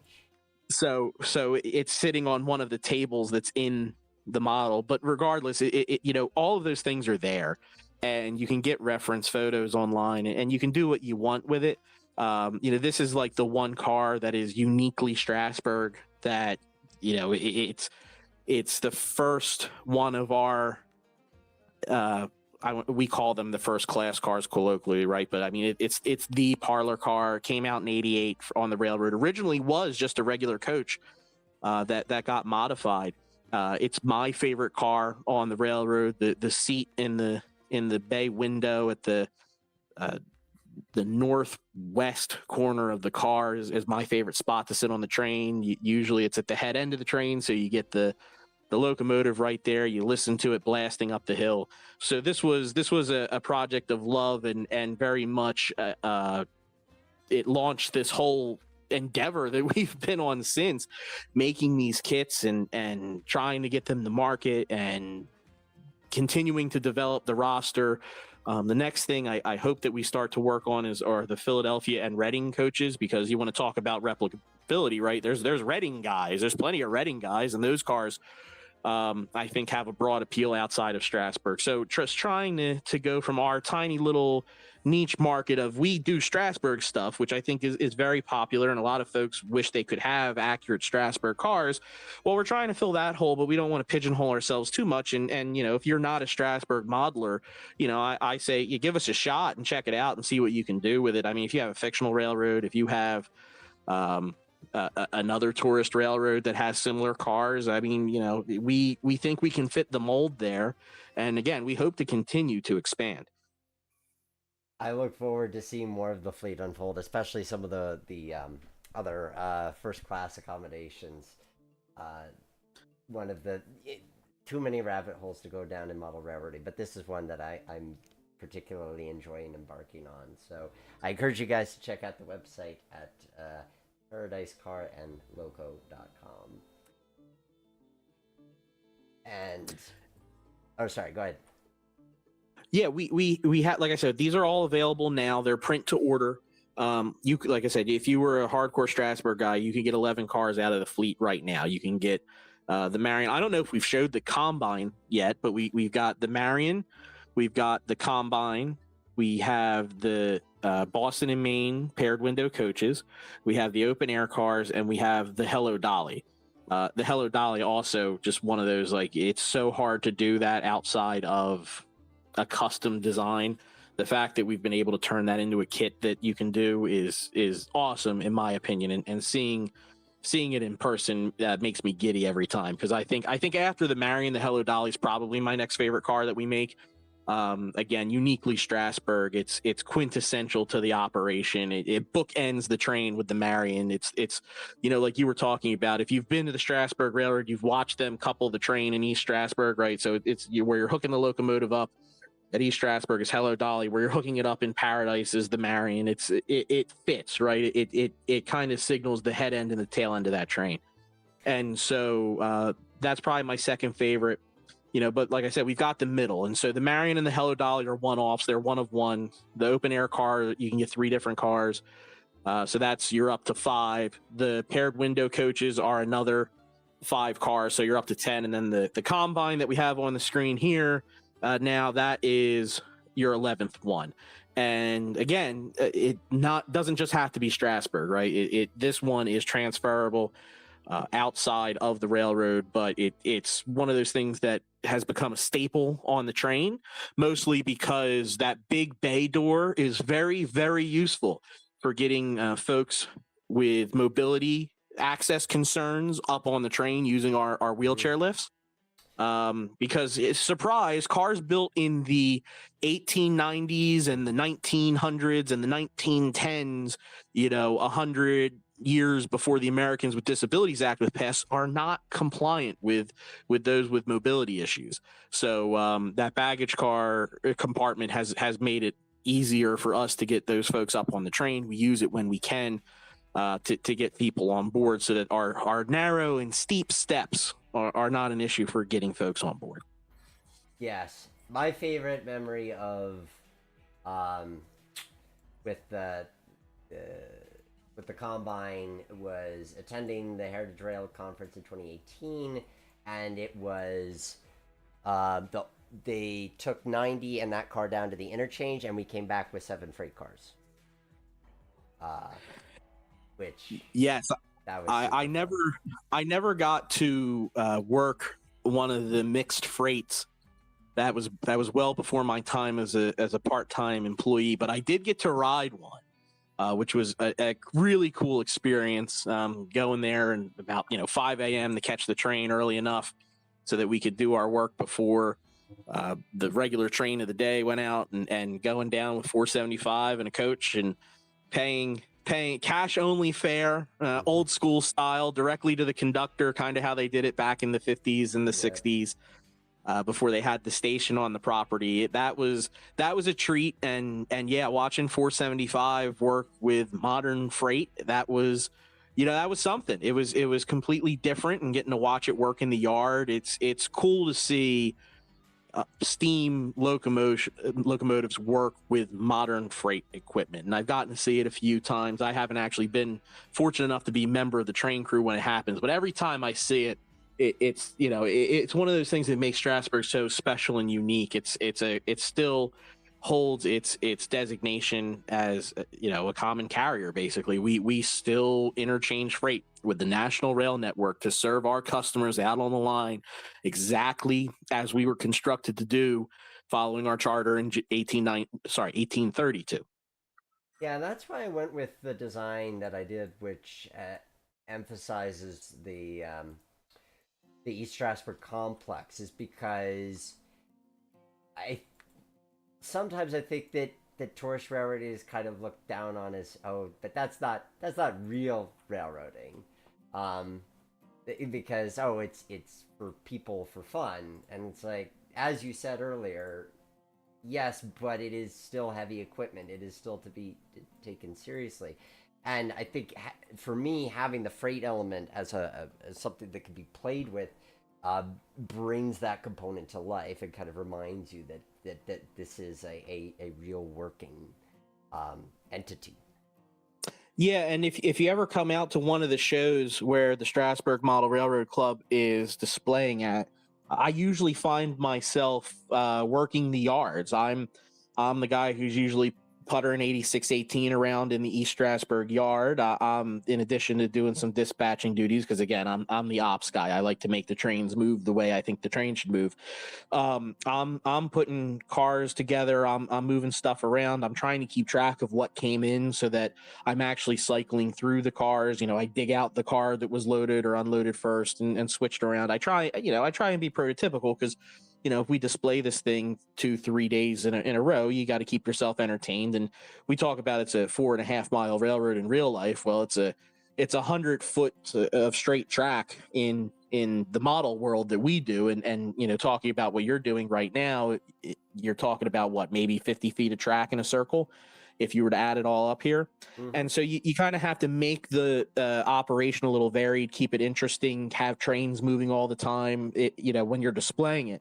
And so that's one of the things that I thoroughly enjoy doing, and it's one of the things that make it interesting, because if you show up there at 8 a.m., most days our first train leaves about 11, except for the summer months we'll do 10, and in the Christmas season we can get up towards 9 a.m. But if you show up at the railroad at 8 a.m. and you're just kind of on the property, or if you go out to one of the road crossings, I mean, you might see 8618 and a cut of freight cars pass you. If you're watching Virtual Rail Fan, you can see the interchange down at Paradise. It's whenever Norfolk Southern decides to actually come by with interchange, they're coming off the Keystone corridor and dropping freight that's come from, we used to get shipments from as far away as Canada, right? We have such a connection with the outside world, and you get to see some really cool stuff come in too. I mean, the obvious thing is like, oh my God, 611 came to Strasburg, right? Well, how did it do that? Because we have a connection with the outside rail network. It came by rail. We don't need things to be trucked in. Mind you, a lot of things do come by truck just because of the nature of the beast. But, we have that unique connection that not every tourist railroad has, that makes us a little special, that gives us that added element to the operation. And not for nothing in the age that we're currently in, right? I mean, the fact that we have another revenue stream as a business, right? The Strasburg Railroad is a for-profit corporation held by local stockholders, right? And so at the end of the day, what keeps the trains moving is folks coming to ride the trains, but also folks going to the Strasburg Mechanical Services for back shop work, and also our customers that come to the railroad to have their goods shipped on our line. And it's another revenue stream. It's another aspect of the company, and I think it's great that we're able to still provide that service and hang on to the legacy and the history of why the line actually exists. Very well stated. I'm in the middle of making a scene, so I can't properly respond to that. But yes, anything that kind of highlights the working nature of that, and the education that can come through that, I think is just phenomenal. Yeah, I mean, it's one of the cool things about the railroad also, and one of the things that's like a little humbling, right, is that we're governed by the Federal Railroad Administration, and the Federal Railroad Administration, the FRA, they don't have different rules for the Strasburg Railroad, which is a 4.5 mile predominantly quote unquote tourist line, as it does for the class ones, right? I mean, the Code of Federal Regulations is the Code of Federal Regulations. Now, there's some different rules for steam locomotives because of the nature of the beast versus diesel electric locomotives. But at the end of the day, we're governed by the same rules.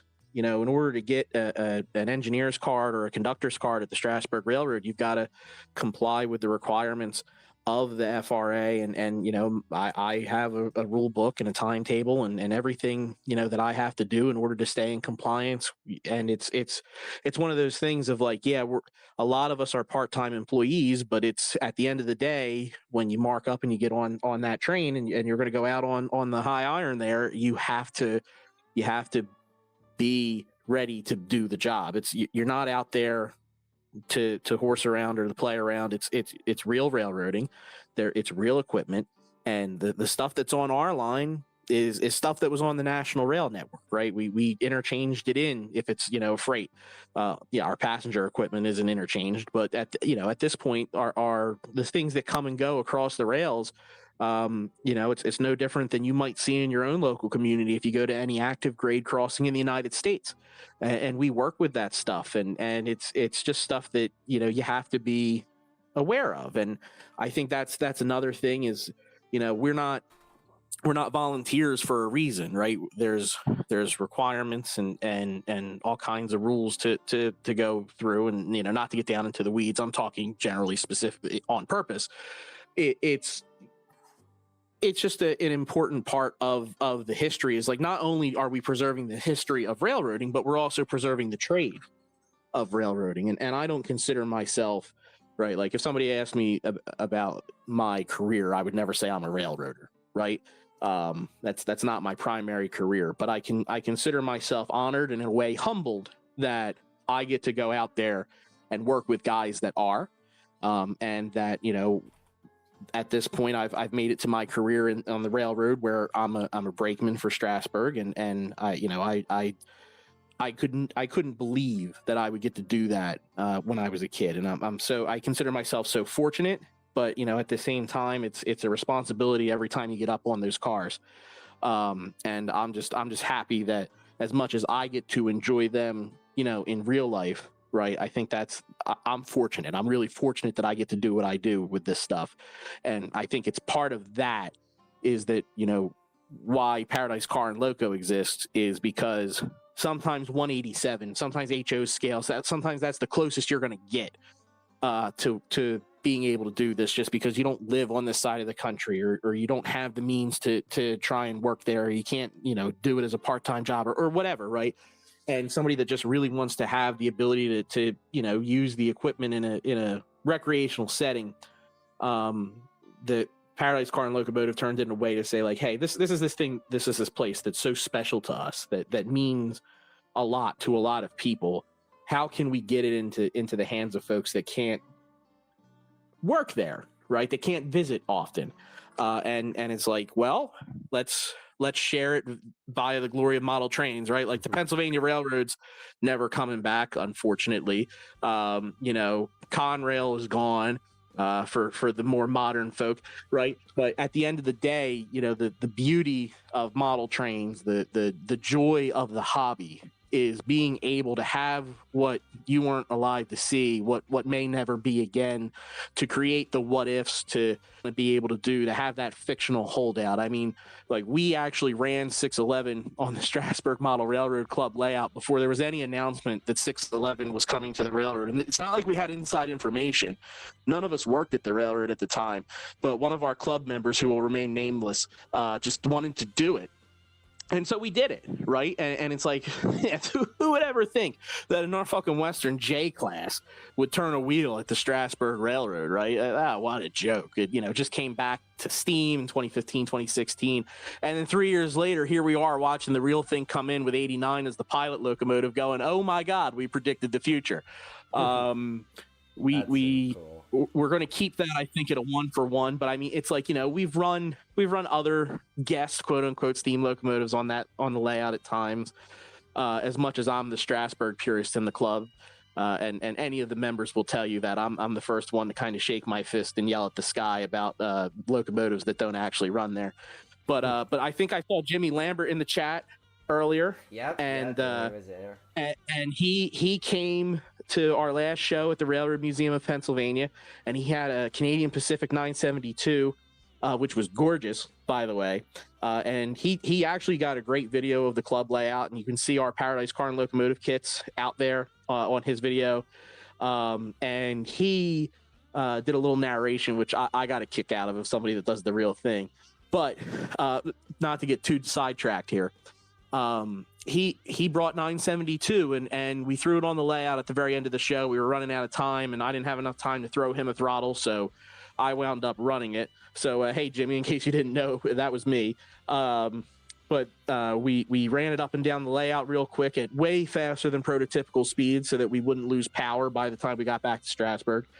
And it was just cool, right? Because 972 hasn't turned a wheel in 30, 40 years, right? But here it is in the modern Strasburg sphere, pulling coaches that you can find on the railroad today, you know, on our model layout. And what you're putting together now, like, nobody's got a place that we could set up that Strasburg model railroad layout. We wish we could find one to permanently display it. And if anybody has any leads on a space that's at least 50 by 25, let me know. But point is, we can only display that layout a few times a year, and we love doing it.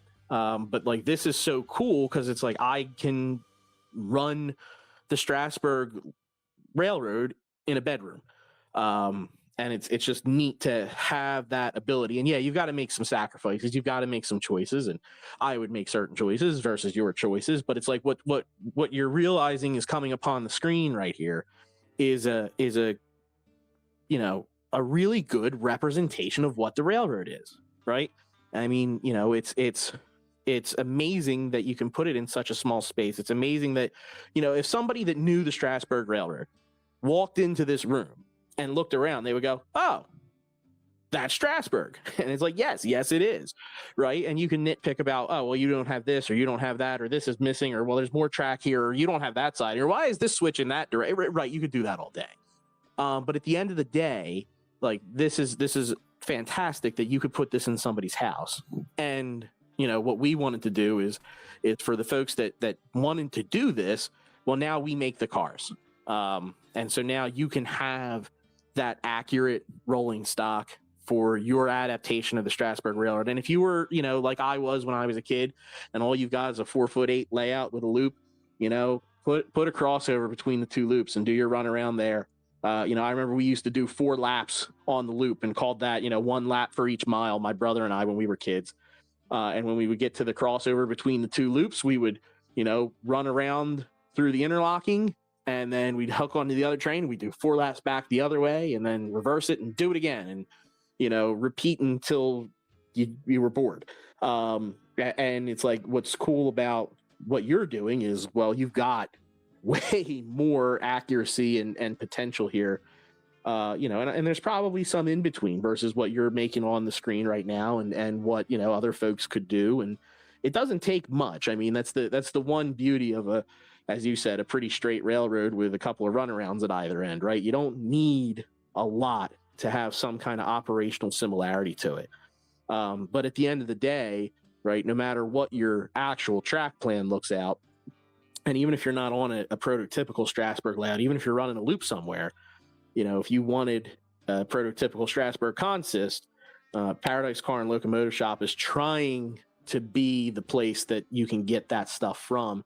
And like I said, we don't want to stop where we're at. We're hoping that, as time and funds permit, we can continue to expand what we're doing and maybe even one day get outside the realm of Strasburg. But, that's our, quote unquote home railroad. Like, when you're at the Strasburg Railroad, it's like a home game for us. Mm-hmm. That's our place. We know that place. We're comfortable with it. We love it. And so we want to share it with the folks that kind of think about it the same way we do. I love being a part of the Strasburg Model Railroad Club because I get to scratch that itch a few times a year. And if you haven't seen that layout, go watch Jimmy's video of it. Go, search it on Facebook, look us up. They're really, really cool layout, an amazing project. I'm thankful that Dave and Barry started that endeavor way back when, and that, Dave, basically devotes an entire garage bay at his house to housing it, all the modules. And he lets me and the other members, he lets us run on his layout really. And in exchange for helping him display it and getting the cars on there and making it run, and is just, I consider myself fortunate to be in that group. I know a couple of guys were watching it at some point tonight, and it's like the way that we could think to add into that, because like I said, we all have different skills in this, and the way that we're trying to contribute is to make the rolling stock, to make the cars, to have the coaches, to expand that portion of the hobby. And we don't have any big backers. Nobody's writing big checks. We don't have some big production facility. It really is a couple of guys on a computer and with some garage space. And that's just talking about the model business. Tim is also a fantastic artist when it comes to the locomotives. I have some brass Strasburg locomotives that he's painted and done DCC installs. We're a TCS dealer at Paradise Car Loco, so if you need decoders or anything, we can order those up at dealer rates and costs. We've had to kind of cut back on some of the custom locomotive work and detail and installations because of the popularity of the kits. And again, just being a couple of guys doing some 3D printed work, even just packing them and fulfilling orders, it's time consuming. So we've kind of transitioned more towards working on the cars right now. But Tim has done fantastic work on these locomotives. and just the artistic ability that he's had with these things, which was essential, because if it wasn't for him and some of the other guys doing the original Ambroid kits and getting used to it and learning things from those, we wouldn't have the 3D models that we have now. We wouldn't have learned the pitfalls and have tried to simplify them so you don't need to be an artist to do. And while I have not actually attempted one for a multitude of reasons, it's not because they're too complicated. I like to joke and say when we decided whether or how difficult the kits needed to be to assemble, the measuring point was me. If I could do it, then anybody could do it, and I think that's true. It might take somebody more time than others, and certainly how detailed you want to get with the paint could be a limiting factor, right? But at the end of the day, if you wanted to take one of these kits and slap it together and paint it one color and put it on the tracks, there's not much standing between you and doing that. And we think that the quality of the model itself is really the strong point, and the detail and the accuracy. So if you're a Strasburg guy, we're as close to rivet counters as you can get. And trust me, we've argued about many a detail. One of the stories, I won't go into it too far, but one of the stories that Tim likes to talk about is how many times we sent the Marion back for a revision because the bathroom wasn't right. Before finally Tim saying, you can't see the bathroom when the roof is on the coach. We've got it close enough, but that wasn't good enough for me. And so that's just kind of a way to illustrate just how dedicated we are to putting out a good product. Because we can't afford to just, send out slop, right? We can't afford to just mass produce generic. That demand has already been satisfied by the companies that are out there. So we're here to do this better than anybody else has tried, which is difficult. It's difficult, it's demanding, and it's easy to fall short of. But we're going to keep trying, and we're going to keep putting it out there. And we might be a little more expensive than something else out there, but that's, you're dealing with man hours, you're dealing with American designed and made products, you're dealing with again, a couple of guys that are doing this for fun. So at the end of the day, it's all out there. Like I said, you can buy these kits right now at paradisecarandloco.com/shop. They're print to order, so what's available in stock and in inventory varies depending on the day. So if you make a big order, you might have to wait for it. Our normal MSRP of these cars, the combine, the coaches, and the open air cars are they usually retail for $89.90. The Marion and the Hello Dolly are a little more detailed, so they retail for $94.75. If you haven't noticed the prices are memes yet, you haven't been paying attention. But yes, $9.90 and $94.75 are the MSRP for those coaches. And we do the best we can to keep shipping and handling low, but at the end of the day, that's the cost of these things. And trust me, we're not making a fortune on these.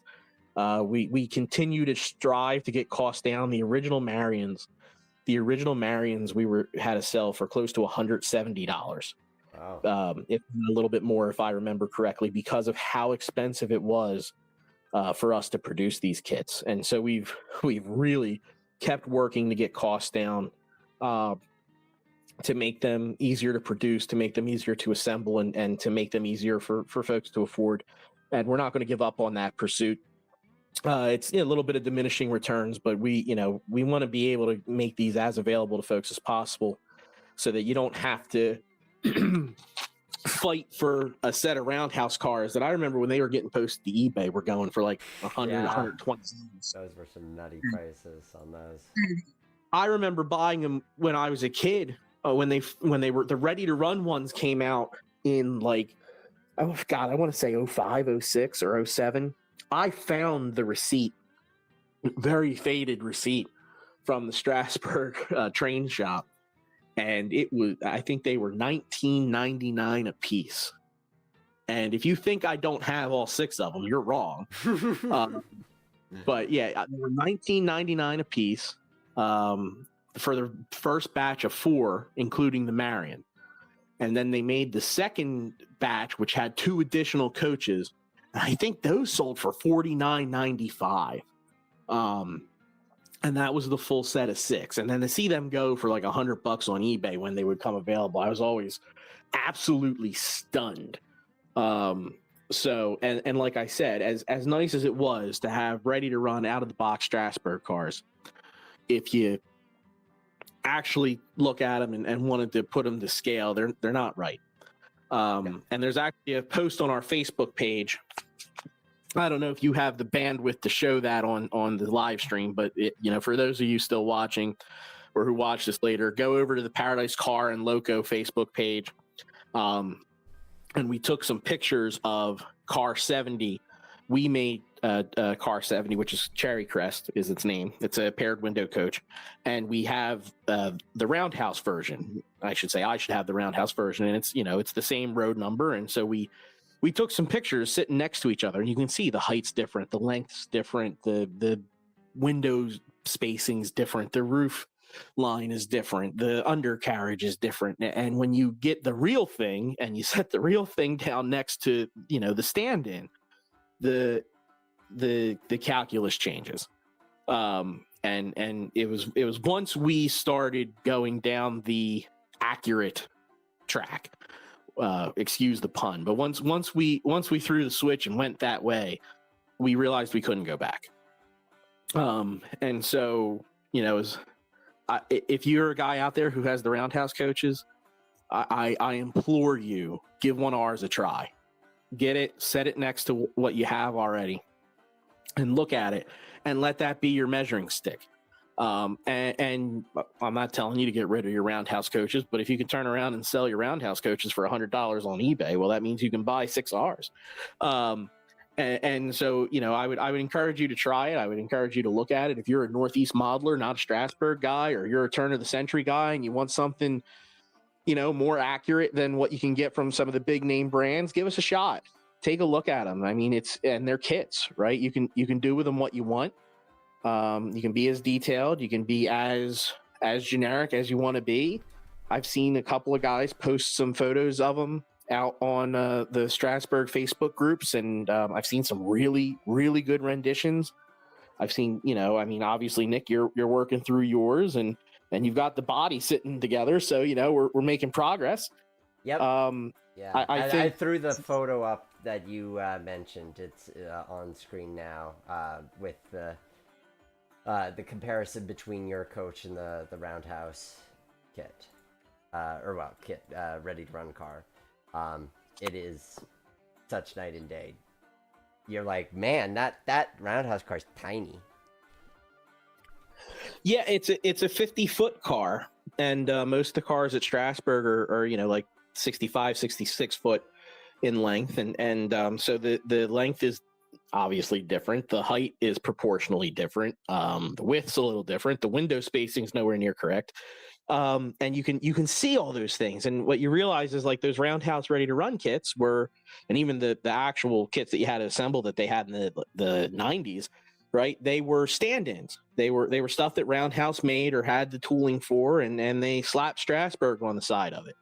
And, we've kind of seen that in the model railroading community. There's some entities out there that they grab something close enough, they paint Strasburg on it, they print as many as they can, or mold as many as they can, call it good enough and hope for the best. And, honestly, considering there wasn't much else out there, folks bought them. I bought them, right? I mean, I'm guilty as charged. I wanted Strasburg stuff. I still want Strasburg stuff. And we've just gotten to the point where we've decided we want better Strasburg stuff. We want more accurate coaches. We want to be in this turn of the century frame more. We want to put a good product out there that we're proud of, and there it is in the plastic compared to what you can buy versus what you can build. And one day I really hope this takes off enough that we could turn around and sell these as ready to run coaches.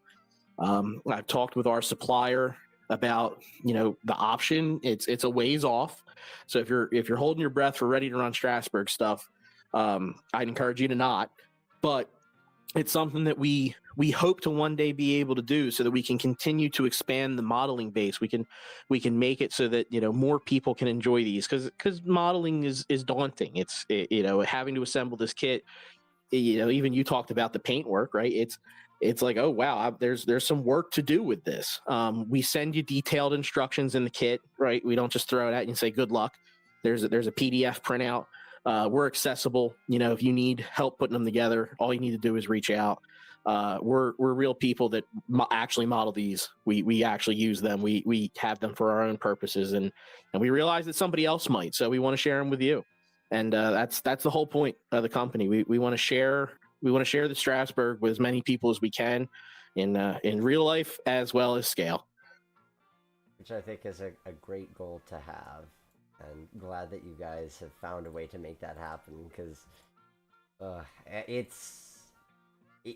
I mean, Strasburg, to say Strasburg is growing on me isn't quite accurate, because it has, but getting into modeling it more, because I have a brass 018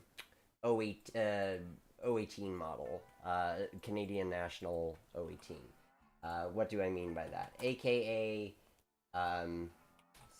7470 at Conway Scenic, because there isn't a, but what do we notice about this? It's CN and it's an 060. So is it 7312? Not exactly, but if we pull up 7312, which maybe, I don't know, I don't have in that version.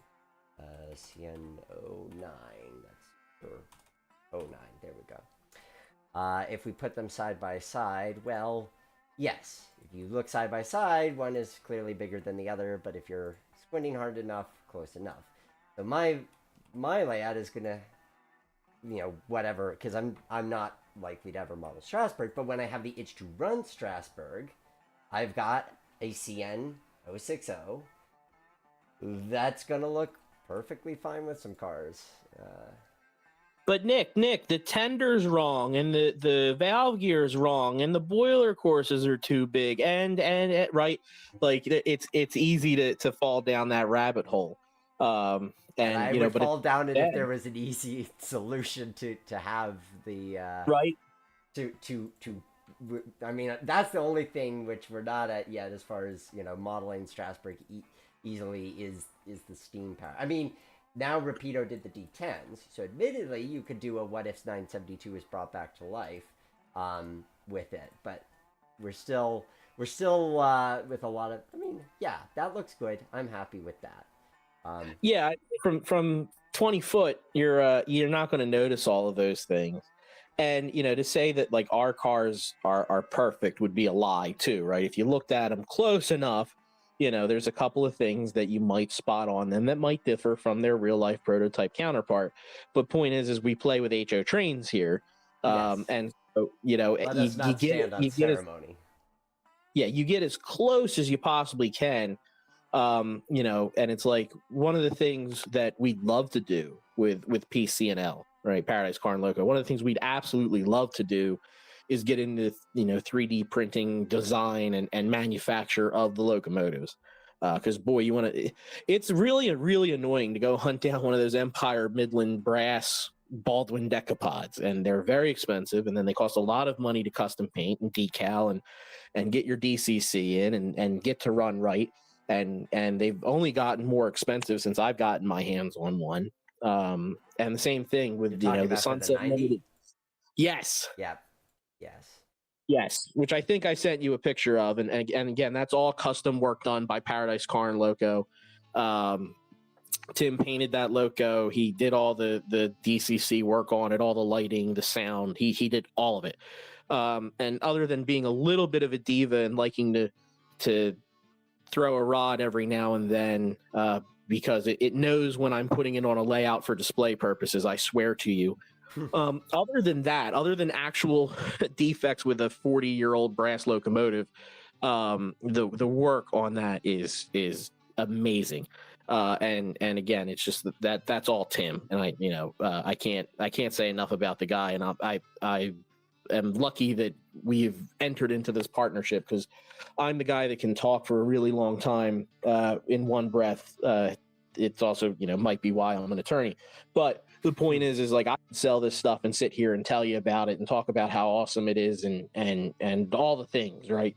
But at the end of the day, Tim is the artist in the company. He was the visionary behind it. I just jumped on the bandwagon and said, this is a good idea, and started advertising it and sharing it with as many people as I could, and making as much of a shameless plug as I am tonight. And hopefully we'll be doing so more in the near future. We hope to display these in more places and get them in front of more eyeballs. And Nick, I have to again thank you for having me on tonight, and to be able to talk about these cars, to talk about the railroad, to talk about the hobby. Guys like you help us out immensely, because at the end of the day, we've got a couple thousand likes on Facebook. I don't even know if we have a couple thousand, but we've got some folks that look at us on Facebook. They see the cars when we display the cars at the train shows. But, at the end of the day, we're a tiny little operation here, working with an LLC and some garage space in Pennsylvania. And we just kind of have access, and that's our benefit. And we have a desire to do it right, because they're ours, right? At the end of the day, if we didn't sell a single one of these, we're going to make them anyway because we want them. And so really it's just convenient that we get to share them with everybody else. Well, it's good to have the love in it, and it guarantees that you're doing everything you can to make them as satisfying and realistic as possible. So, speaking of motive power, I've got to ask the very former question of what your favorite locomotive is. That would be one Strasburg Railroad number 90. No doubt about it. She's my favorite. I don't care if that's like everybody's favorite or X, Y, and Z. That was the locomotive of my childhood, with the gold pinstripes, the red number plate, just that screaming Reading 6 chime. That locomotive is, I love it. It is everything about the Strasburg Railroad to me. It is the poster child of the railroad. It is the pride of the fleet. It's the best locomotive we have. I'm anxiously awaiting for it to return to the rails. I was there when they put her to bed on December 31st last year for the last time, when they dropped the fire. I love that locomotive. It's means so much to me in terms of why I am a rail fan, why I enjoy this hobby. When I finally got my hands on an HO scale one and got it painted up just right and ran it, I mean, I love it every time I get to take it out of the box. No doubt about it, hands down, not even close, by a mile, Strasburg 90. Nice. Modeling question, detail question. In the chat, Jimmy's saying the catenary poles split the runaround in half. So that's a vestige of the Pennsylvania Railroad. So our runaround track at Strasburg is formally the Pennsylvania Railroad track number 1. So when they reduced from 4 tracks to 2 in 1961, they took up tracks 1 and 3. Well, for our little stretch along the line, they left track number 1. And so we got to use that as our runaround track. The original track layout, we were a run-through switch, or I shouldn't say switch, a run-through siding at Paradise. And so the Strasburg Railroad, our end of track is where the track came in from Long's Curve, and then there's that switch, and there's 3 iterations of track that I'll work backward from present day. So the current layout has the 2 tracks that go past the Lehman Place Picnic Road, where the virtual rail fan camera is, and then there's that stub track that goes off to the left if you're running westbound. Timetable westbound, I should say. The original layout had the track come in from Long's Curve, and it hit a switch when it came into Paradise. You went back to where the east end switch is at the runaround today, and then the locomotive had to go forward past the train and up onto where that stub track is today they traditionally would do the blowdown on where that stub was, and then it was straight back from that stub to the track where the train would be standing to couple back on, and then it would go off of that right diverging switch to go back up the hill. And that's how that layout was until I think 2011. Before that, the stub connected to track 1 of the Pennsylvania Railroad main line. It actually merged in, and then track 1 was a through track, and then that we had a run through siding where it then interchanged back into track 1, which is now our spring switch underneath the bridge, was the other end of that switch. And there was a tiny little freight kind of like depot between track number 1 and our siding. That was a Pennsylvania Railroad trackage, was the siding. And then, like I said, our track, our interchange was that switch that got taken out during the realignment in the very early 2010s. Ah, okay. Well, then to be accurate, I've made sure that it splits it accordingly.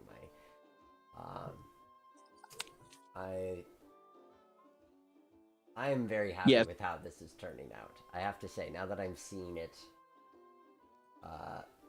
come before my eyes, I wasn't sure, because I can't, and this is why I tell you guys all the time, pre-visualization can be such an asset to your modeling, because you can look at a 2D plan until the cows come home, but to actually be able to look and see, okay, this is what it looks like in a 3D environment, this is what this scene looks like next to that scene, is such a nice world of difference.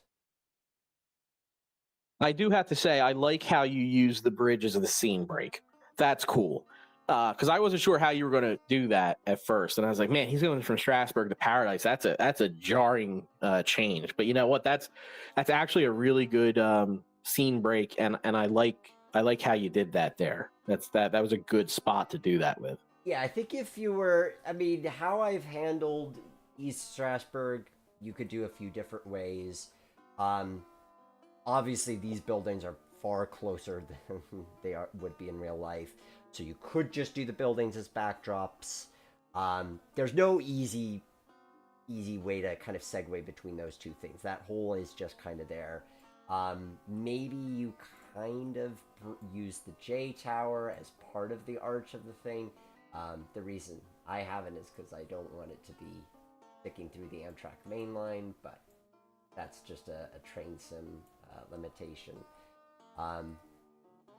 That's the only thing that there's kind of no easy way around, but I think it's one of those, you just don't think about it too long, and you don't spend a ton of time looking at the layout like this with your head, 1 foot into the scene. You look at it like this, so you're mainly seeing where the train is popping out next to the station, and then it's not as jarring.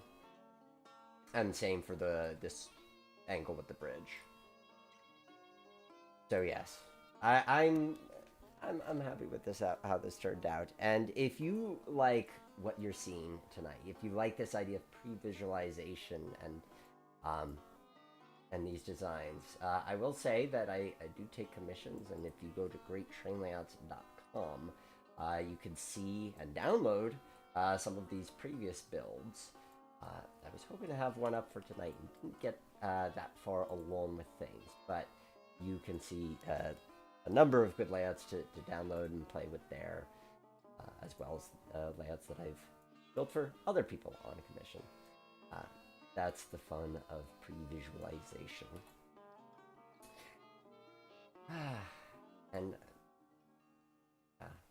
it feels good to have an idea come to realization like this. Not too much more to go, just need to do some ground texturing of those.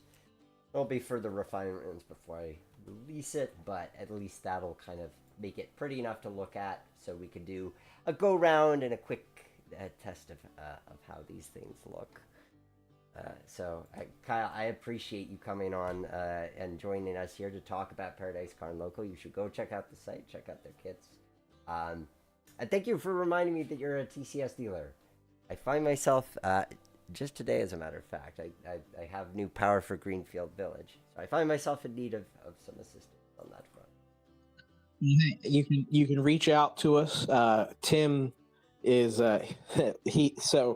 Tim is one of the guys who is a high headlight purist. We think that steam locomotive's headlight should be high mounted, the good old Pensy look. That I also subscribe to that. It's quite the banter in our model railroad club, but I won't go into that. But anyway, so his email address though is highheadlight@paradisecarandloco.com. That's all spelled out. Paradisecarand loco.com. Mine is much easier. It's Kyle, Kyle, at paradisecarandloco.com. And so if you need something in terms of some model work, again, we're pretty stacked up, and by we I mean Tim. But again, if you need some TCS equipment, give us a shout. If you're interested in the cars, give us a shout. If you want to know more, if I haven't been able to sell it to you today with my eloquent explanation as to how we came about, how much passion we have in it. You want to know more, you have questions, you're interested in bulk orders, maybe you want to have some of your own equipment commissioned. That's something we're looking into. This is a unique space that we occupy where we can do the thing that nobody's ever done before. Just need enough time and reference materials to get it designed and printed. The minimum orders are pretty low. And based on how much you want to put into it, we can certainly roll with that.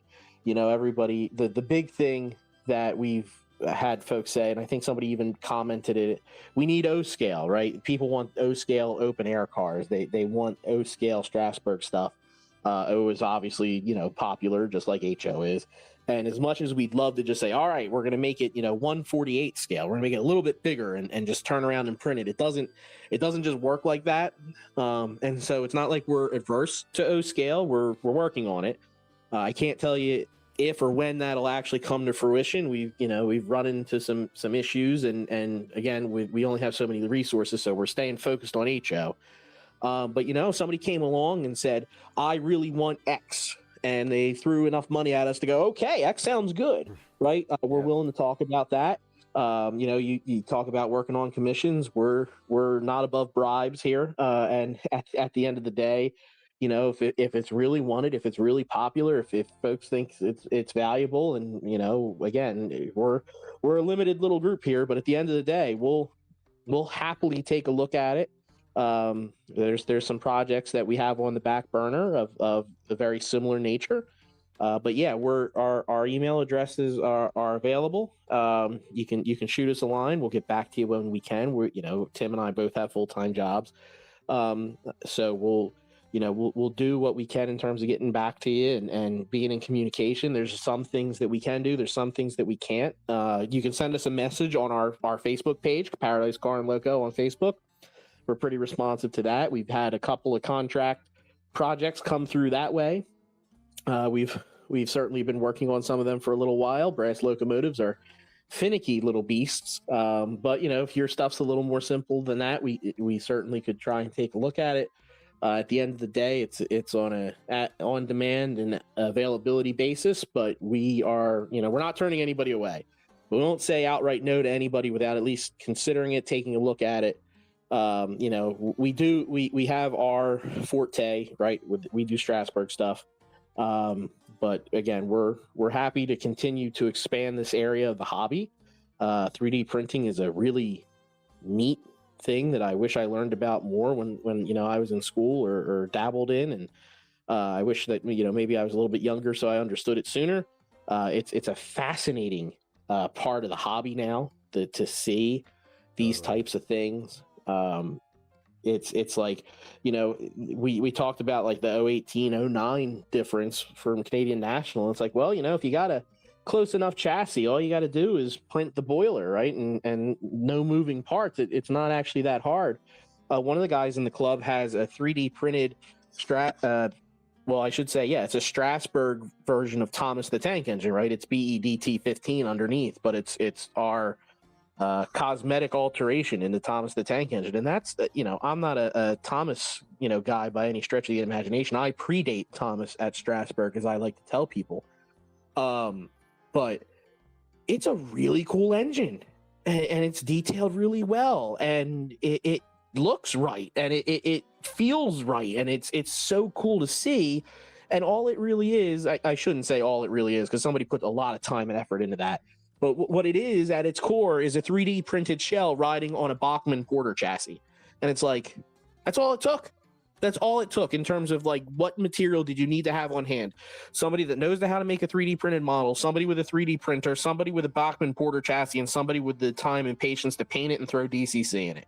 And it's great. It's cool. It's neat to the extent that I'll ever say that Thomas is cool. Like, this little thing is just neat. And, you know, we're trying to capture that on our end, right? Like, what do you need for one of our kits? It's like, well, we needed the CAD design. So we had to send pictures and reference materials. We had to get it put together. We had to have somebody print it for us. And then it's in the hands of the modeler. You know, what do you want your car to look like? And what you're able to do with this. I mean, it gave us the platform to make the most accurate Strasburg Railroad coaches in HO scale that anybody's got. I have not seen, if somebody's got them, I want to see it, but there is not a more accurate model of the Strasburg Railroad fleet than the stuff that we're making. And if you've got something more accurate, I actually really do want to see it, because I think it'd be really cool to see, and I think it'd be fantastic that somebody's out there and put that much work in. But I honestly submit to you that outside of somebody that has really, really gone to bat on their own stuff, I don't think anything is commercially available that comes close to what we're doing. And I don't think anything's even in the pipeline to come close to what we're doing. And you know, at the end of the day, that's kind of the nature of the beast, and that's what 3D printing has unlocked. And again, it's like, what else can we do with it? And when this project's done, although is the project ever done, but when this project's done, you know, I think we're going to see where we can go. And, you know, if Paradise, right now we're Paradise Car and Loco in that we work on locos. If one day we get to produce both cars and locos, I mean, that's kind of the end goal. We would love to be able to put a Strasburg 90 in people's hands that's not a brass locomotive from 40 years ago. That is a long way off. Pipe dream, you know, at great aspirations and goals. But, you know, we had to start somewhere, and we started with the coaches. And, you know, if these go well, if this keeps going, if we're able to keep doing what we're doing, you know, hopefully one day, Nick, we will get you that Canadian National 09A. I'm here for it. As somebody living in Virginia, I'm also here for the prospect of an M class. So there's a lot of things that I am here for. But it's been really good to have you on to talk about how you've gotten to this, and to hear about your Strasburg experience, your PCNL experience. You've got I definitely recommend these kits. They're super detailed, and it's nice to be able to just put something together and go. And so I'm looking forward to making further progress on mine. So thank you so much, Kyle. Thanks for having me, Nick. It's been fantastic to watch you work on the layout here. I again appreciate the forum to talk about Paradise Car and Loco, to show off the kits, to have the coaches out there. Hope to see guys from the stream reach out to see folks start picking these cars up. Like I said, there's great materials out there. There's been guys that have taken videos and photos of them at the different shows. Go out there, give them a look. I think Jimmy threw his video name in the chat there in terms of what it's called, if I can find it. The Strasburg Railroad in HO scale, a traveling model train layout. The 90 in the thumbnail is the one I was talking about. That's mine. The coaches, the Marion behind it is the one that's featured in the photos in the channel that we've been talking about tonight. You can see them. They're available. Like I said, I every person that's gotten to hold one of these things in person has said nothing but kind words about them, and I love the community for that. And and again, we're conscious of there's a price point involved. We're conscious of the point that there's a skill requirement involved, and we're trying to do the best we can to get them out there, to get them to as many people as possible. And we're not going to stop doing that, and we're not going to drop quality to do that.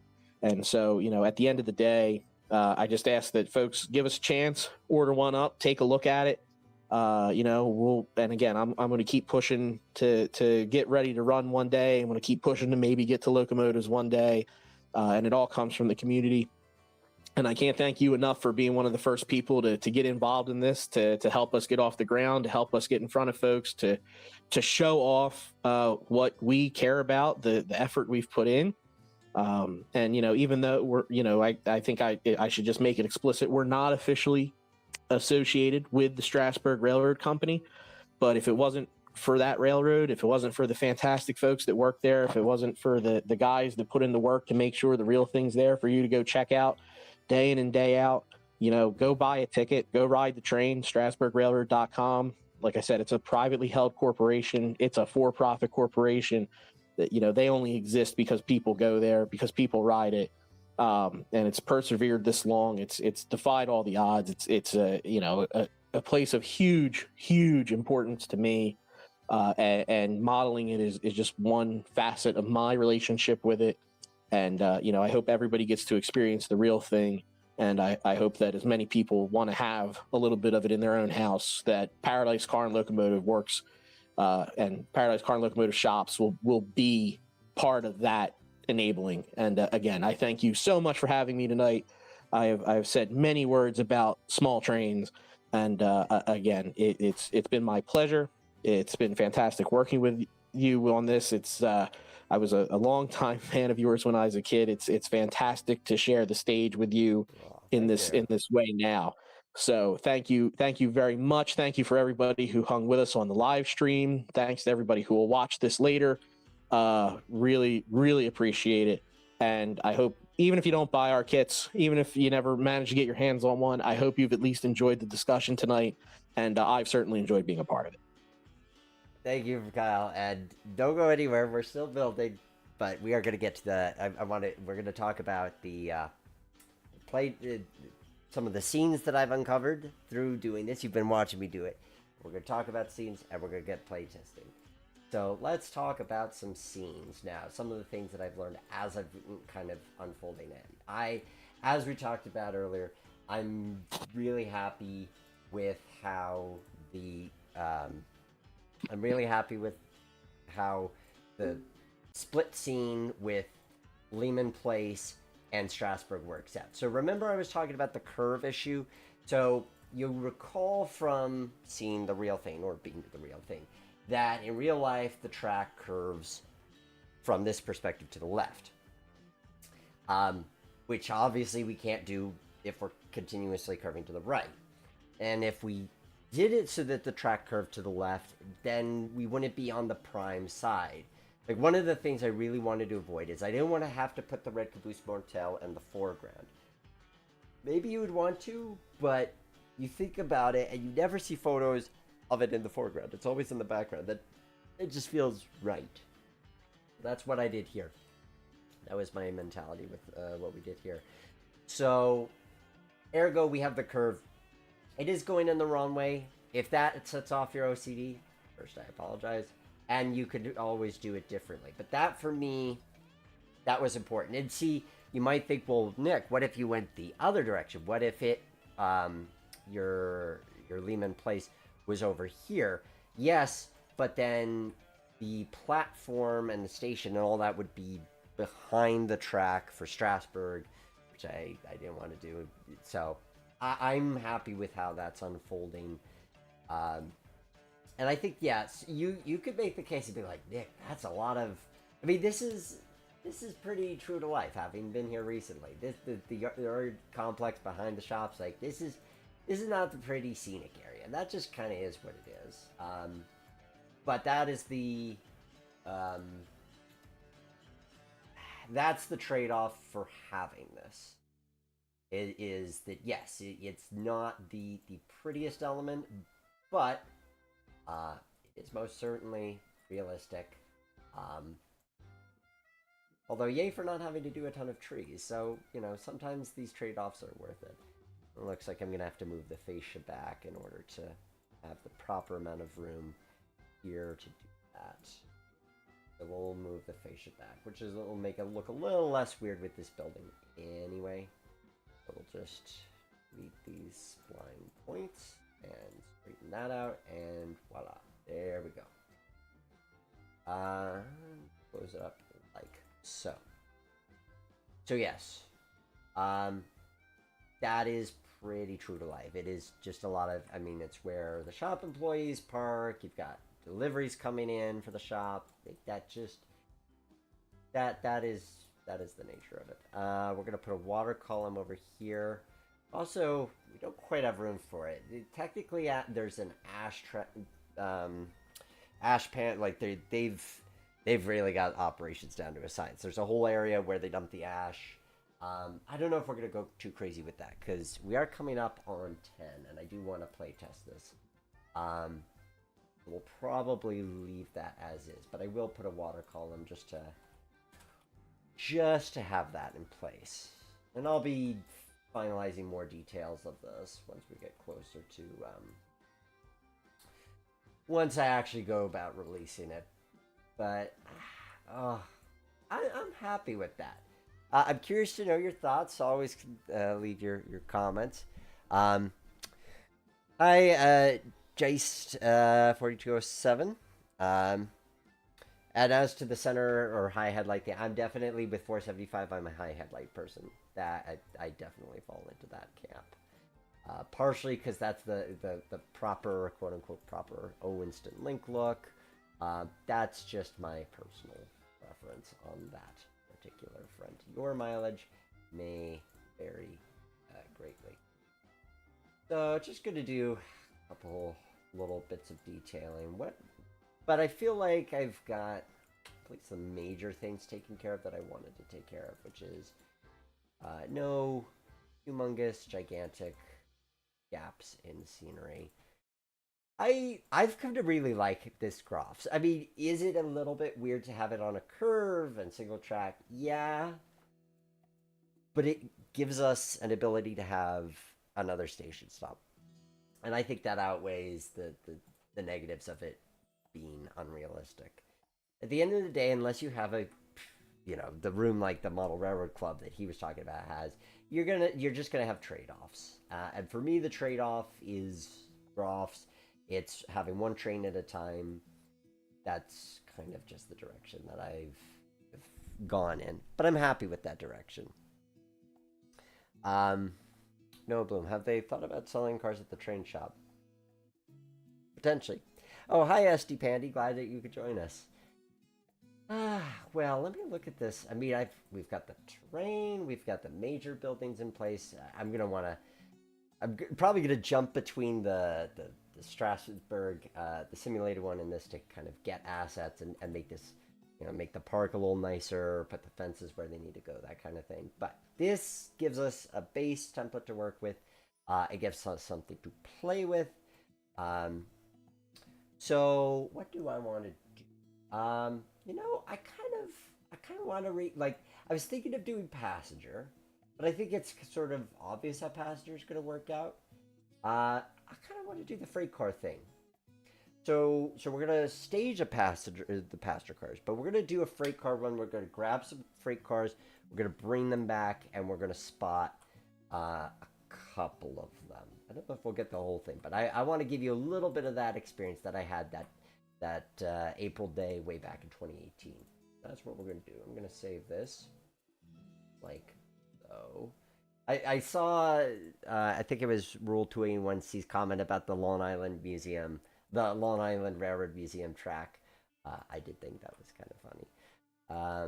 Okay, so let us place a consist, and let's specifically place a consist that you could recreate with the current Paradise Car Loco kits. So we need a Marion. We've got a Marion. We need a few coaches. So we're gonna get two of the regular coaches. We're gonna. That'll work. We're gonna do the Combine, the Don Halleck, and we're gonna do 2 open air cars. Maybe we'll do Coach, Don Halleck, Coach, open air, yeah, like so. So we'll do a regular open air and then the Hello Dolly open window, Daffodil Spring, and Hello Dolly, like so. Perfect. So this is a train that you too could make with the Paradise Car Loco equipment. 6 cars, and as you can see, we've got plenty of room to be able to run around our train at both ends. So doesn't mean you kind of have to break the illusion by, oh, I'm running around my train at Strasburg. Oh, I'm briefly in Lehman Place. Yes, that's one of the trade-offs. That's just the nature of it. But we've got our passenger train set, but we are going to do freight train things. So how would you operate this from a freight standpoint? Well, first we need a 90. And we are going to go with... there's so many versions of 90 in so little time. Yeah, we'll do version 7. I think is the kind of most recent iteration. I think that's what it looked like when I was running. So we've got 90 ready to go. I did see 90 a month ago in the shop. She's undergoing her work. It was nice to see that locomotive again. And the Don Halleck. So I'm going to cheat. I'm going to have a second Don Halleck. But, you know, it's model railroading, not real life. So we could have 2 Don Hallecks because we could do that as a thing. We're going to leave that here. And we're going to take that with us. Because... Oh, but if I bring it, I'm going to have to run around it. Yeah. Now we get into that whole challenge of things. There are definitely decisions to be made. I mean, that is just the nature of compromise. So, we're going to pretend that this is put away for the time being. And that way, then, I'm only seeing the freight cars. So you might want to think about, if you were building this, having staging that you could readily bring cars onto and off to. If you had more room, I could see doing, if you had a longer room, you could have your staging be the Amtrak track, so you have that continue into yard of some kind. That'd be one way of doing it.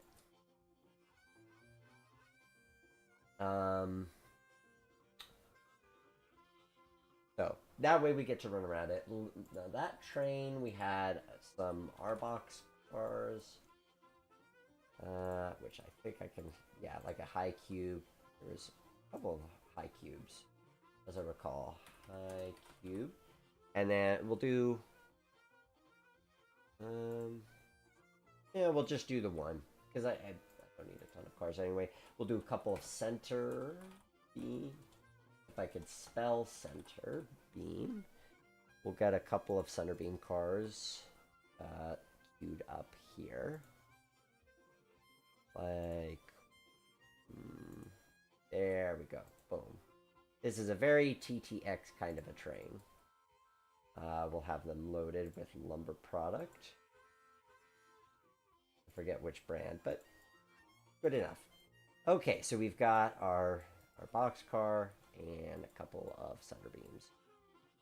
Something like 8 cars. I'd have to dig through my photos to see what the full consist was, but I want to get to the part where we play. So we've got our engine, that, and cars, and we've got some empty tracks we could throw things in.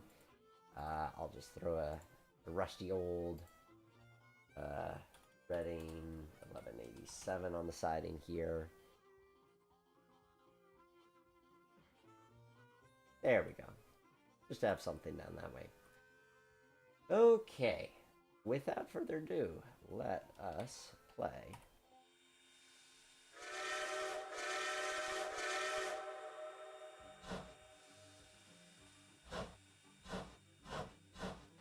Oh, I suppose I should Well, technically, I should. In the long run, I'm going to get rid of that. But for the time being, I'm just going to paint it black. And then I'll do the dig holes and stuff later. Don't quite have enough. No, not random scenery.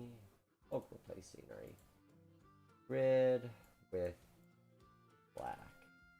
That way, it's not too distracting. Not black coal, just paint black. There we go. Good enough for me. Voidy works for me. Okay, so we're gonna get 90 hooked up to the combine. And we'll be able to get our run underway out there and back. Yeah, I think for me, the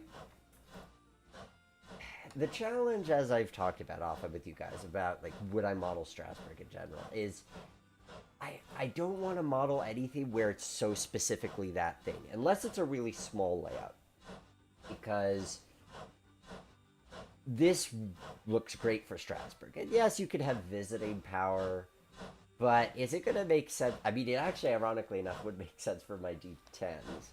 But is it going to make sense for my Royal Hudson? Not really. So I like the idea of, in the long run, of having a train layout that's a lot of, well, it has some of this kind of farm scenery.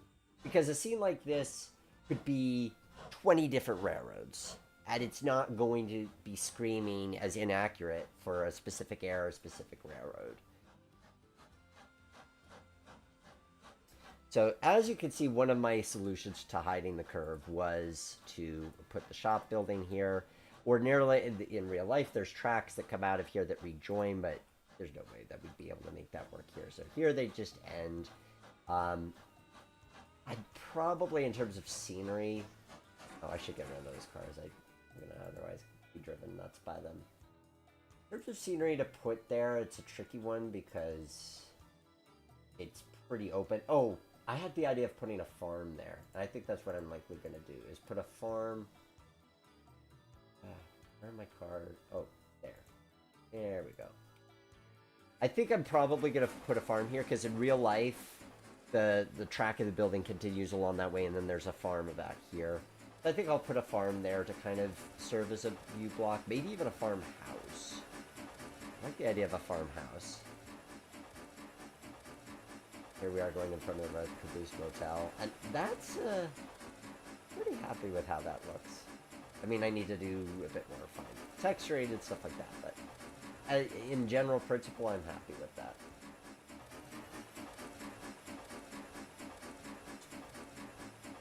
Going through the fields, coming up to Esmond Shade.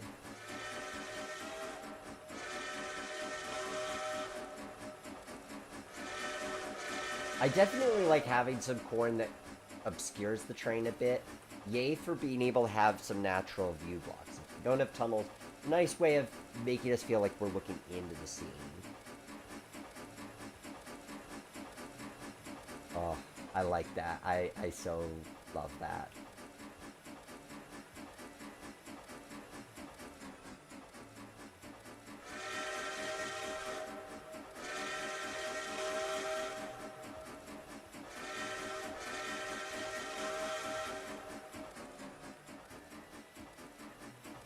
Here we are, about to pass over the bridge. We'll make sure that we raise up our legs.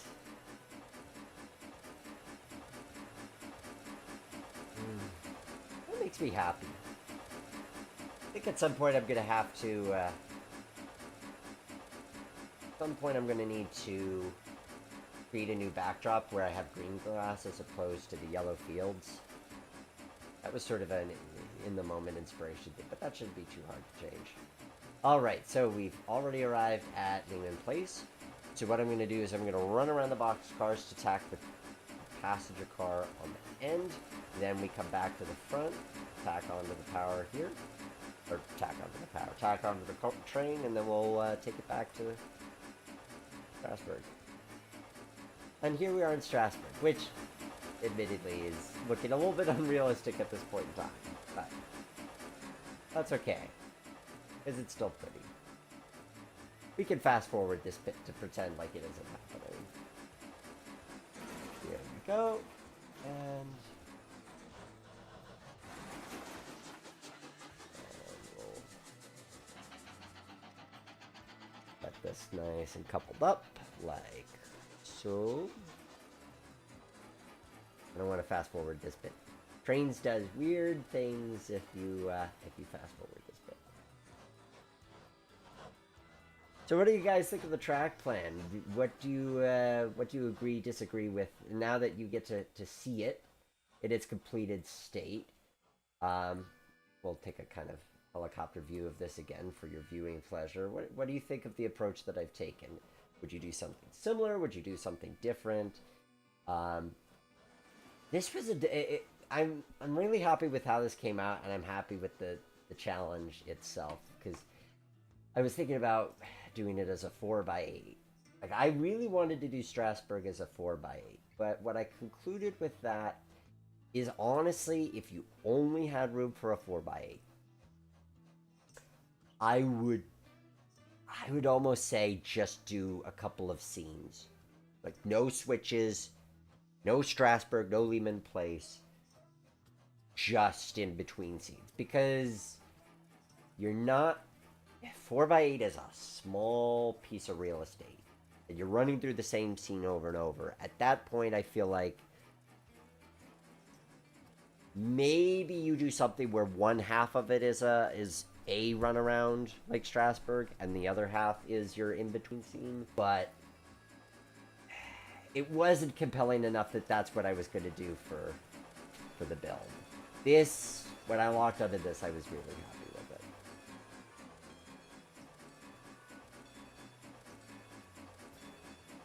And I have to say, I thought I would be more bothered by the backwards orientation of Lehman Place here, but it really doesn't bother me. I thought that it would bother me, but I don't mind it. And I think that's just because Lehman Place isn't this sort of... You don't see photos. I mean, think about it. The only time you ever see photos from Lehman Place is when people are taking photos out the side of the train. So yes, technically you're kind of facing a weird angle for the classic engineers waving at you as they run the power round kind of shot. But short of that, it's not something that I'm looking at it and screaming in my head like, oh, that's the wrong way. I really like having this backdrop too with the lumber building. Yes, it's on the main line. You just don't have the room for a separate siding here. But you know, for fitting the Amtrak main line, and essentially, I think this is 4 foot long that I gave this. I'm happy with that. Let me see what you guys think. Personally, I'm more operations oriented, so I would have deleted the shop building and moved the engine house to try to break Lehman in East Strasburg. Fair enough. I knew I was going in an unusual direction by modeling the shops. I kind of knew that, and I did it to say I did it. I'm glad I did it, but I don't disagree that it would... I think that it is... You have to like your switching. And I wanted to have that switching, because, yeah, there is a version where you take this out, and you have 3 runarounds. Axis, you like it. Definitely need for sure. Personally love it. Lehman Place curve is backwards. Yeah. Yep. Guess appears to 23. I know you guys are dying to see 2816. Look, I've been thinking about when it can make a cameo appearance again. Maybe a quick cameo appearance, but I'm not running with it. I do want to do something involving that, but maybe closer to when Ronan actually plans on releasing it. Oh, I love the sounds of this.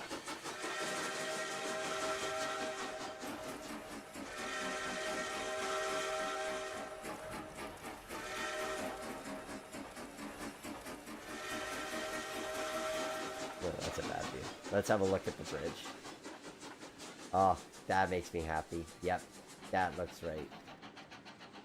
I even like how it looks looking down at Groff's like that. Like, that's a nice angle.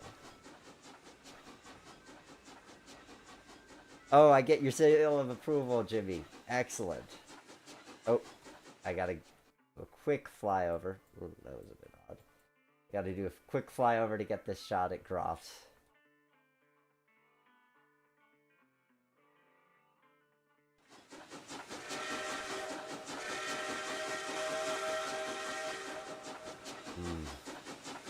That takes me back to that day. I'm so glad I got to experience the mixed drinks at least once. That was a very cool experience.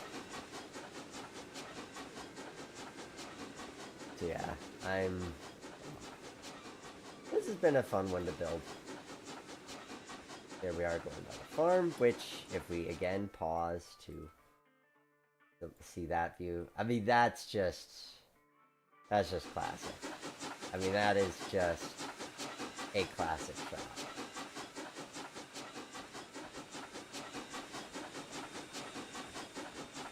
And then we go around the tight radius curve to get back to Lehman, where I'm going to go onto the runaround, deliberately so that we can park a couple of the cars. And I think once we park... Ooh, that's a little odd to look at. Gonna flip the switch stands. So,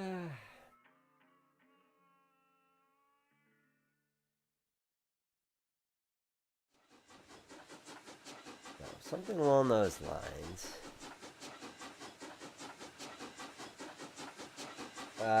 Tim, I'm not sure what whistle that is. All I know is that it's on this version of 90.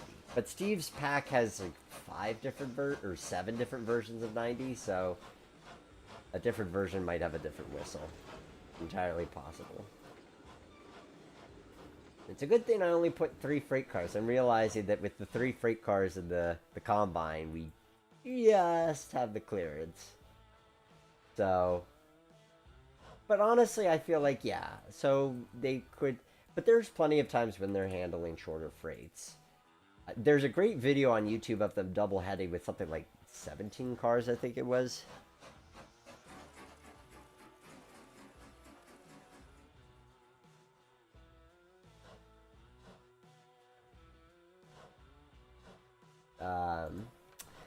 Jimmy Lambert, one of the great functions of model railroading is to relive good memories. That is why so many model their childhood era. True.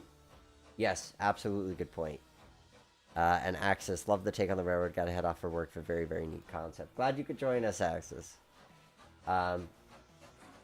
Yeah, and I think that's why I love doing these sort of vignette layouts. And also why it's interesting with Greenfield Village. For me, that's not a nostalgia from childhood. I mean, I went to it once as a kid. It was an adult. I fell in love with that as an adult. But it's true. There's definitely taking it home with me kind of feel to that I think that does speak to a lot of the projects that we choose with model railroading.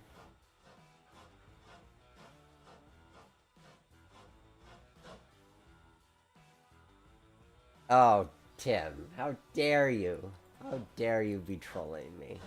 I thought you were serious about what whistle it was.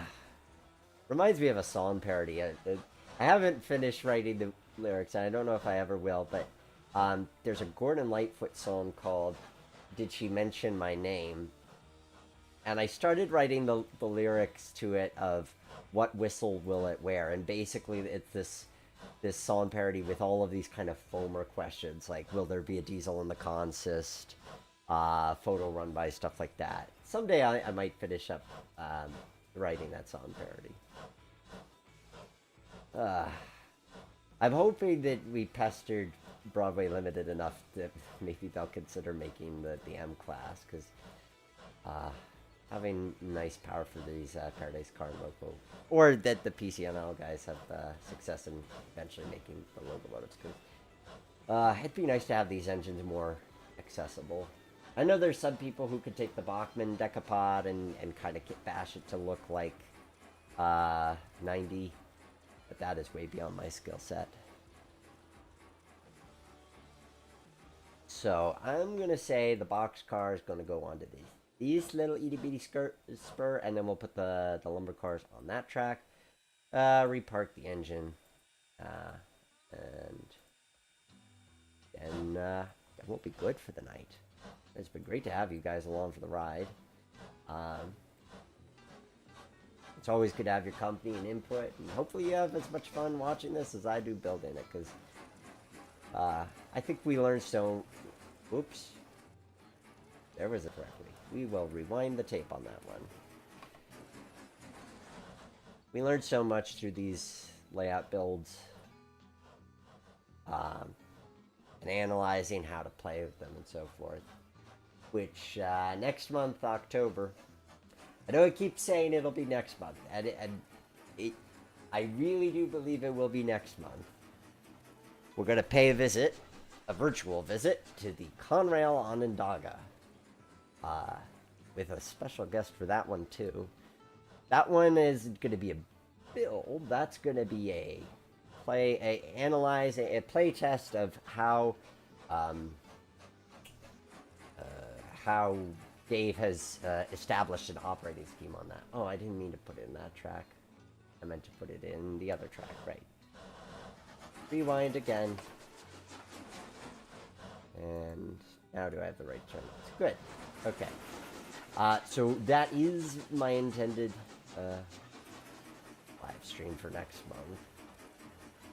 Possible it'll be something else, but I do actually think that's what I'm going to do.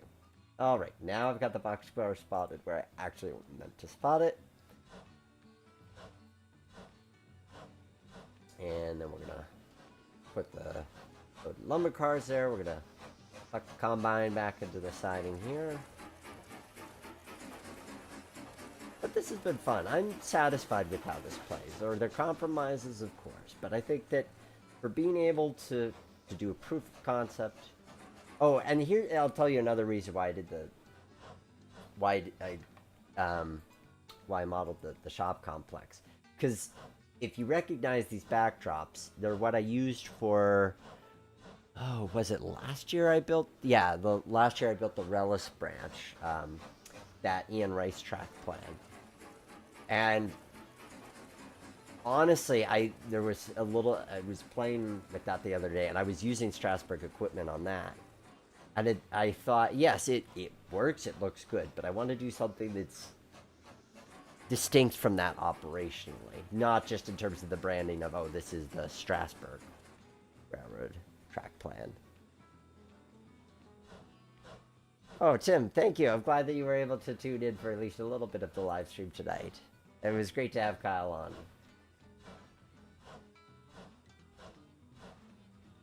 So, I look forward to seeing more of what the future holds in store. Future products coming from you guys. And I look forward to seeing how my Marion kit turns out.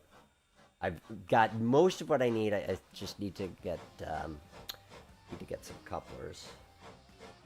But I will be traveling to them and can probably pick some up at my not local hobby store then.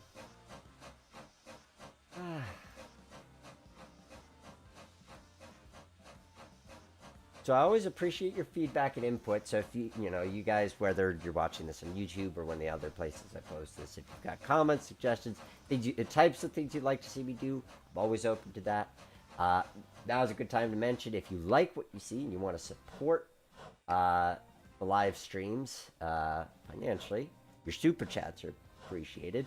But also, you could go to patreon.com/theroundhouse for as little as $1 a month. Not only are you supporting me, but you're getting early access to these Trainz layouts. In fact, just yesterday, I posted the Eagle River Morton branch that we built earlier this year, the sort of modern logging layout. You can enjoy it for a couple months before anybody else does by heading over, by becoming a patron. So, thank you. Alrighty, we've got our combine tucked out of the way. I'm just gonna bring 90 back into the shops. Call it a day. Oh, well, okay, I'll do that one thing very, very last. I will do one more thing after that. One very quick thing. Nope. What do I need to do? Oh, that's what I need to do. There we go. That's what I need to do. That the switch is locked, because of course it is. We'll open the door there. I love this building. Tim, how far have I gotten with Marion? It is, well, I don't have it in front of me, but it's the equivalent of this, which is to say I've primed it. Not entirely true. I've primed it, and I was super proud of myself. You won't be able to see it super well. I'll try to hold it right up to the camera, but I finished the truss rods. I was super happy with how those turned out. So yes, the truss rods are nylon strings in these kits, and then the queen posts are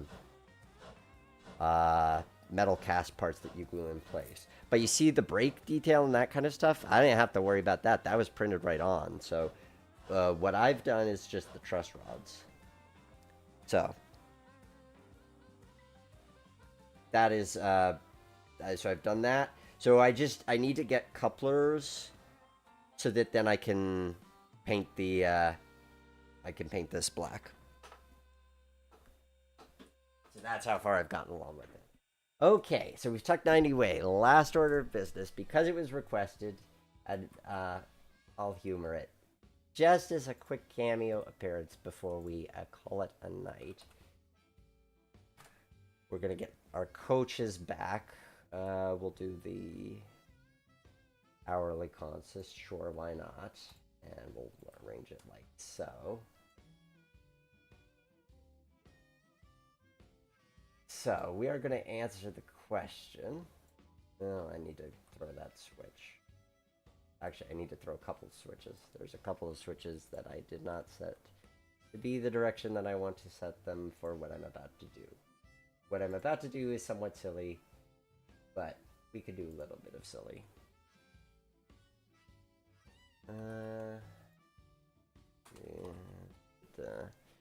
I mean, I love 2816 as much as the next guy, possibly even more. But you guys really love your 2816. So, here we are going to answer... and attach it to the wrong part of the train. So, we will answer the question, once and for all, what does it look like if 2816 visits Strasburg? And I'll get all that clutter out of the way, and then you can see, there we go. That is what Strasburg looks like, or what it looks like if 2816 visits Strasburg. You've got your 2816 cameo. I'm sure we'll do another layout build kind of focused on that at some point, maybe once that set gets released, because I know Ronan's working to get it released at some point. So, with that said, we'll take one overview look at the train layout. This is the Strasburg Railroad, as designed by me, in somewhat modern day, I guess you would say. Yeah, post-2011. This is how I would do it, or at least one way of how I do it. But hopefully you've enjoyed watching this, providing your feedback, screaming at the screen if that's what you've done. But I'm happy with this. This would be a fun one to build. Thank you for tuning in tonight. Again, if you want to support me over on Patreon, that's most appreciated. If you feel you'd benefit from having your layout pre-visualized or designed, or both, by me, I'd be more than happy to talk with you. It's been a lot of fun, guys. I always enjoy these live streams. I look forward to seeing you next month. If you want to see when the next live stream's coming up, you can visit greattrainlayouts.com, which is also where you can download these wonderful train layouts once they are complete. Have a good night. Take care.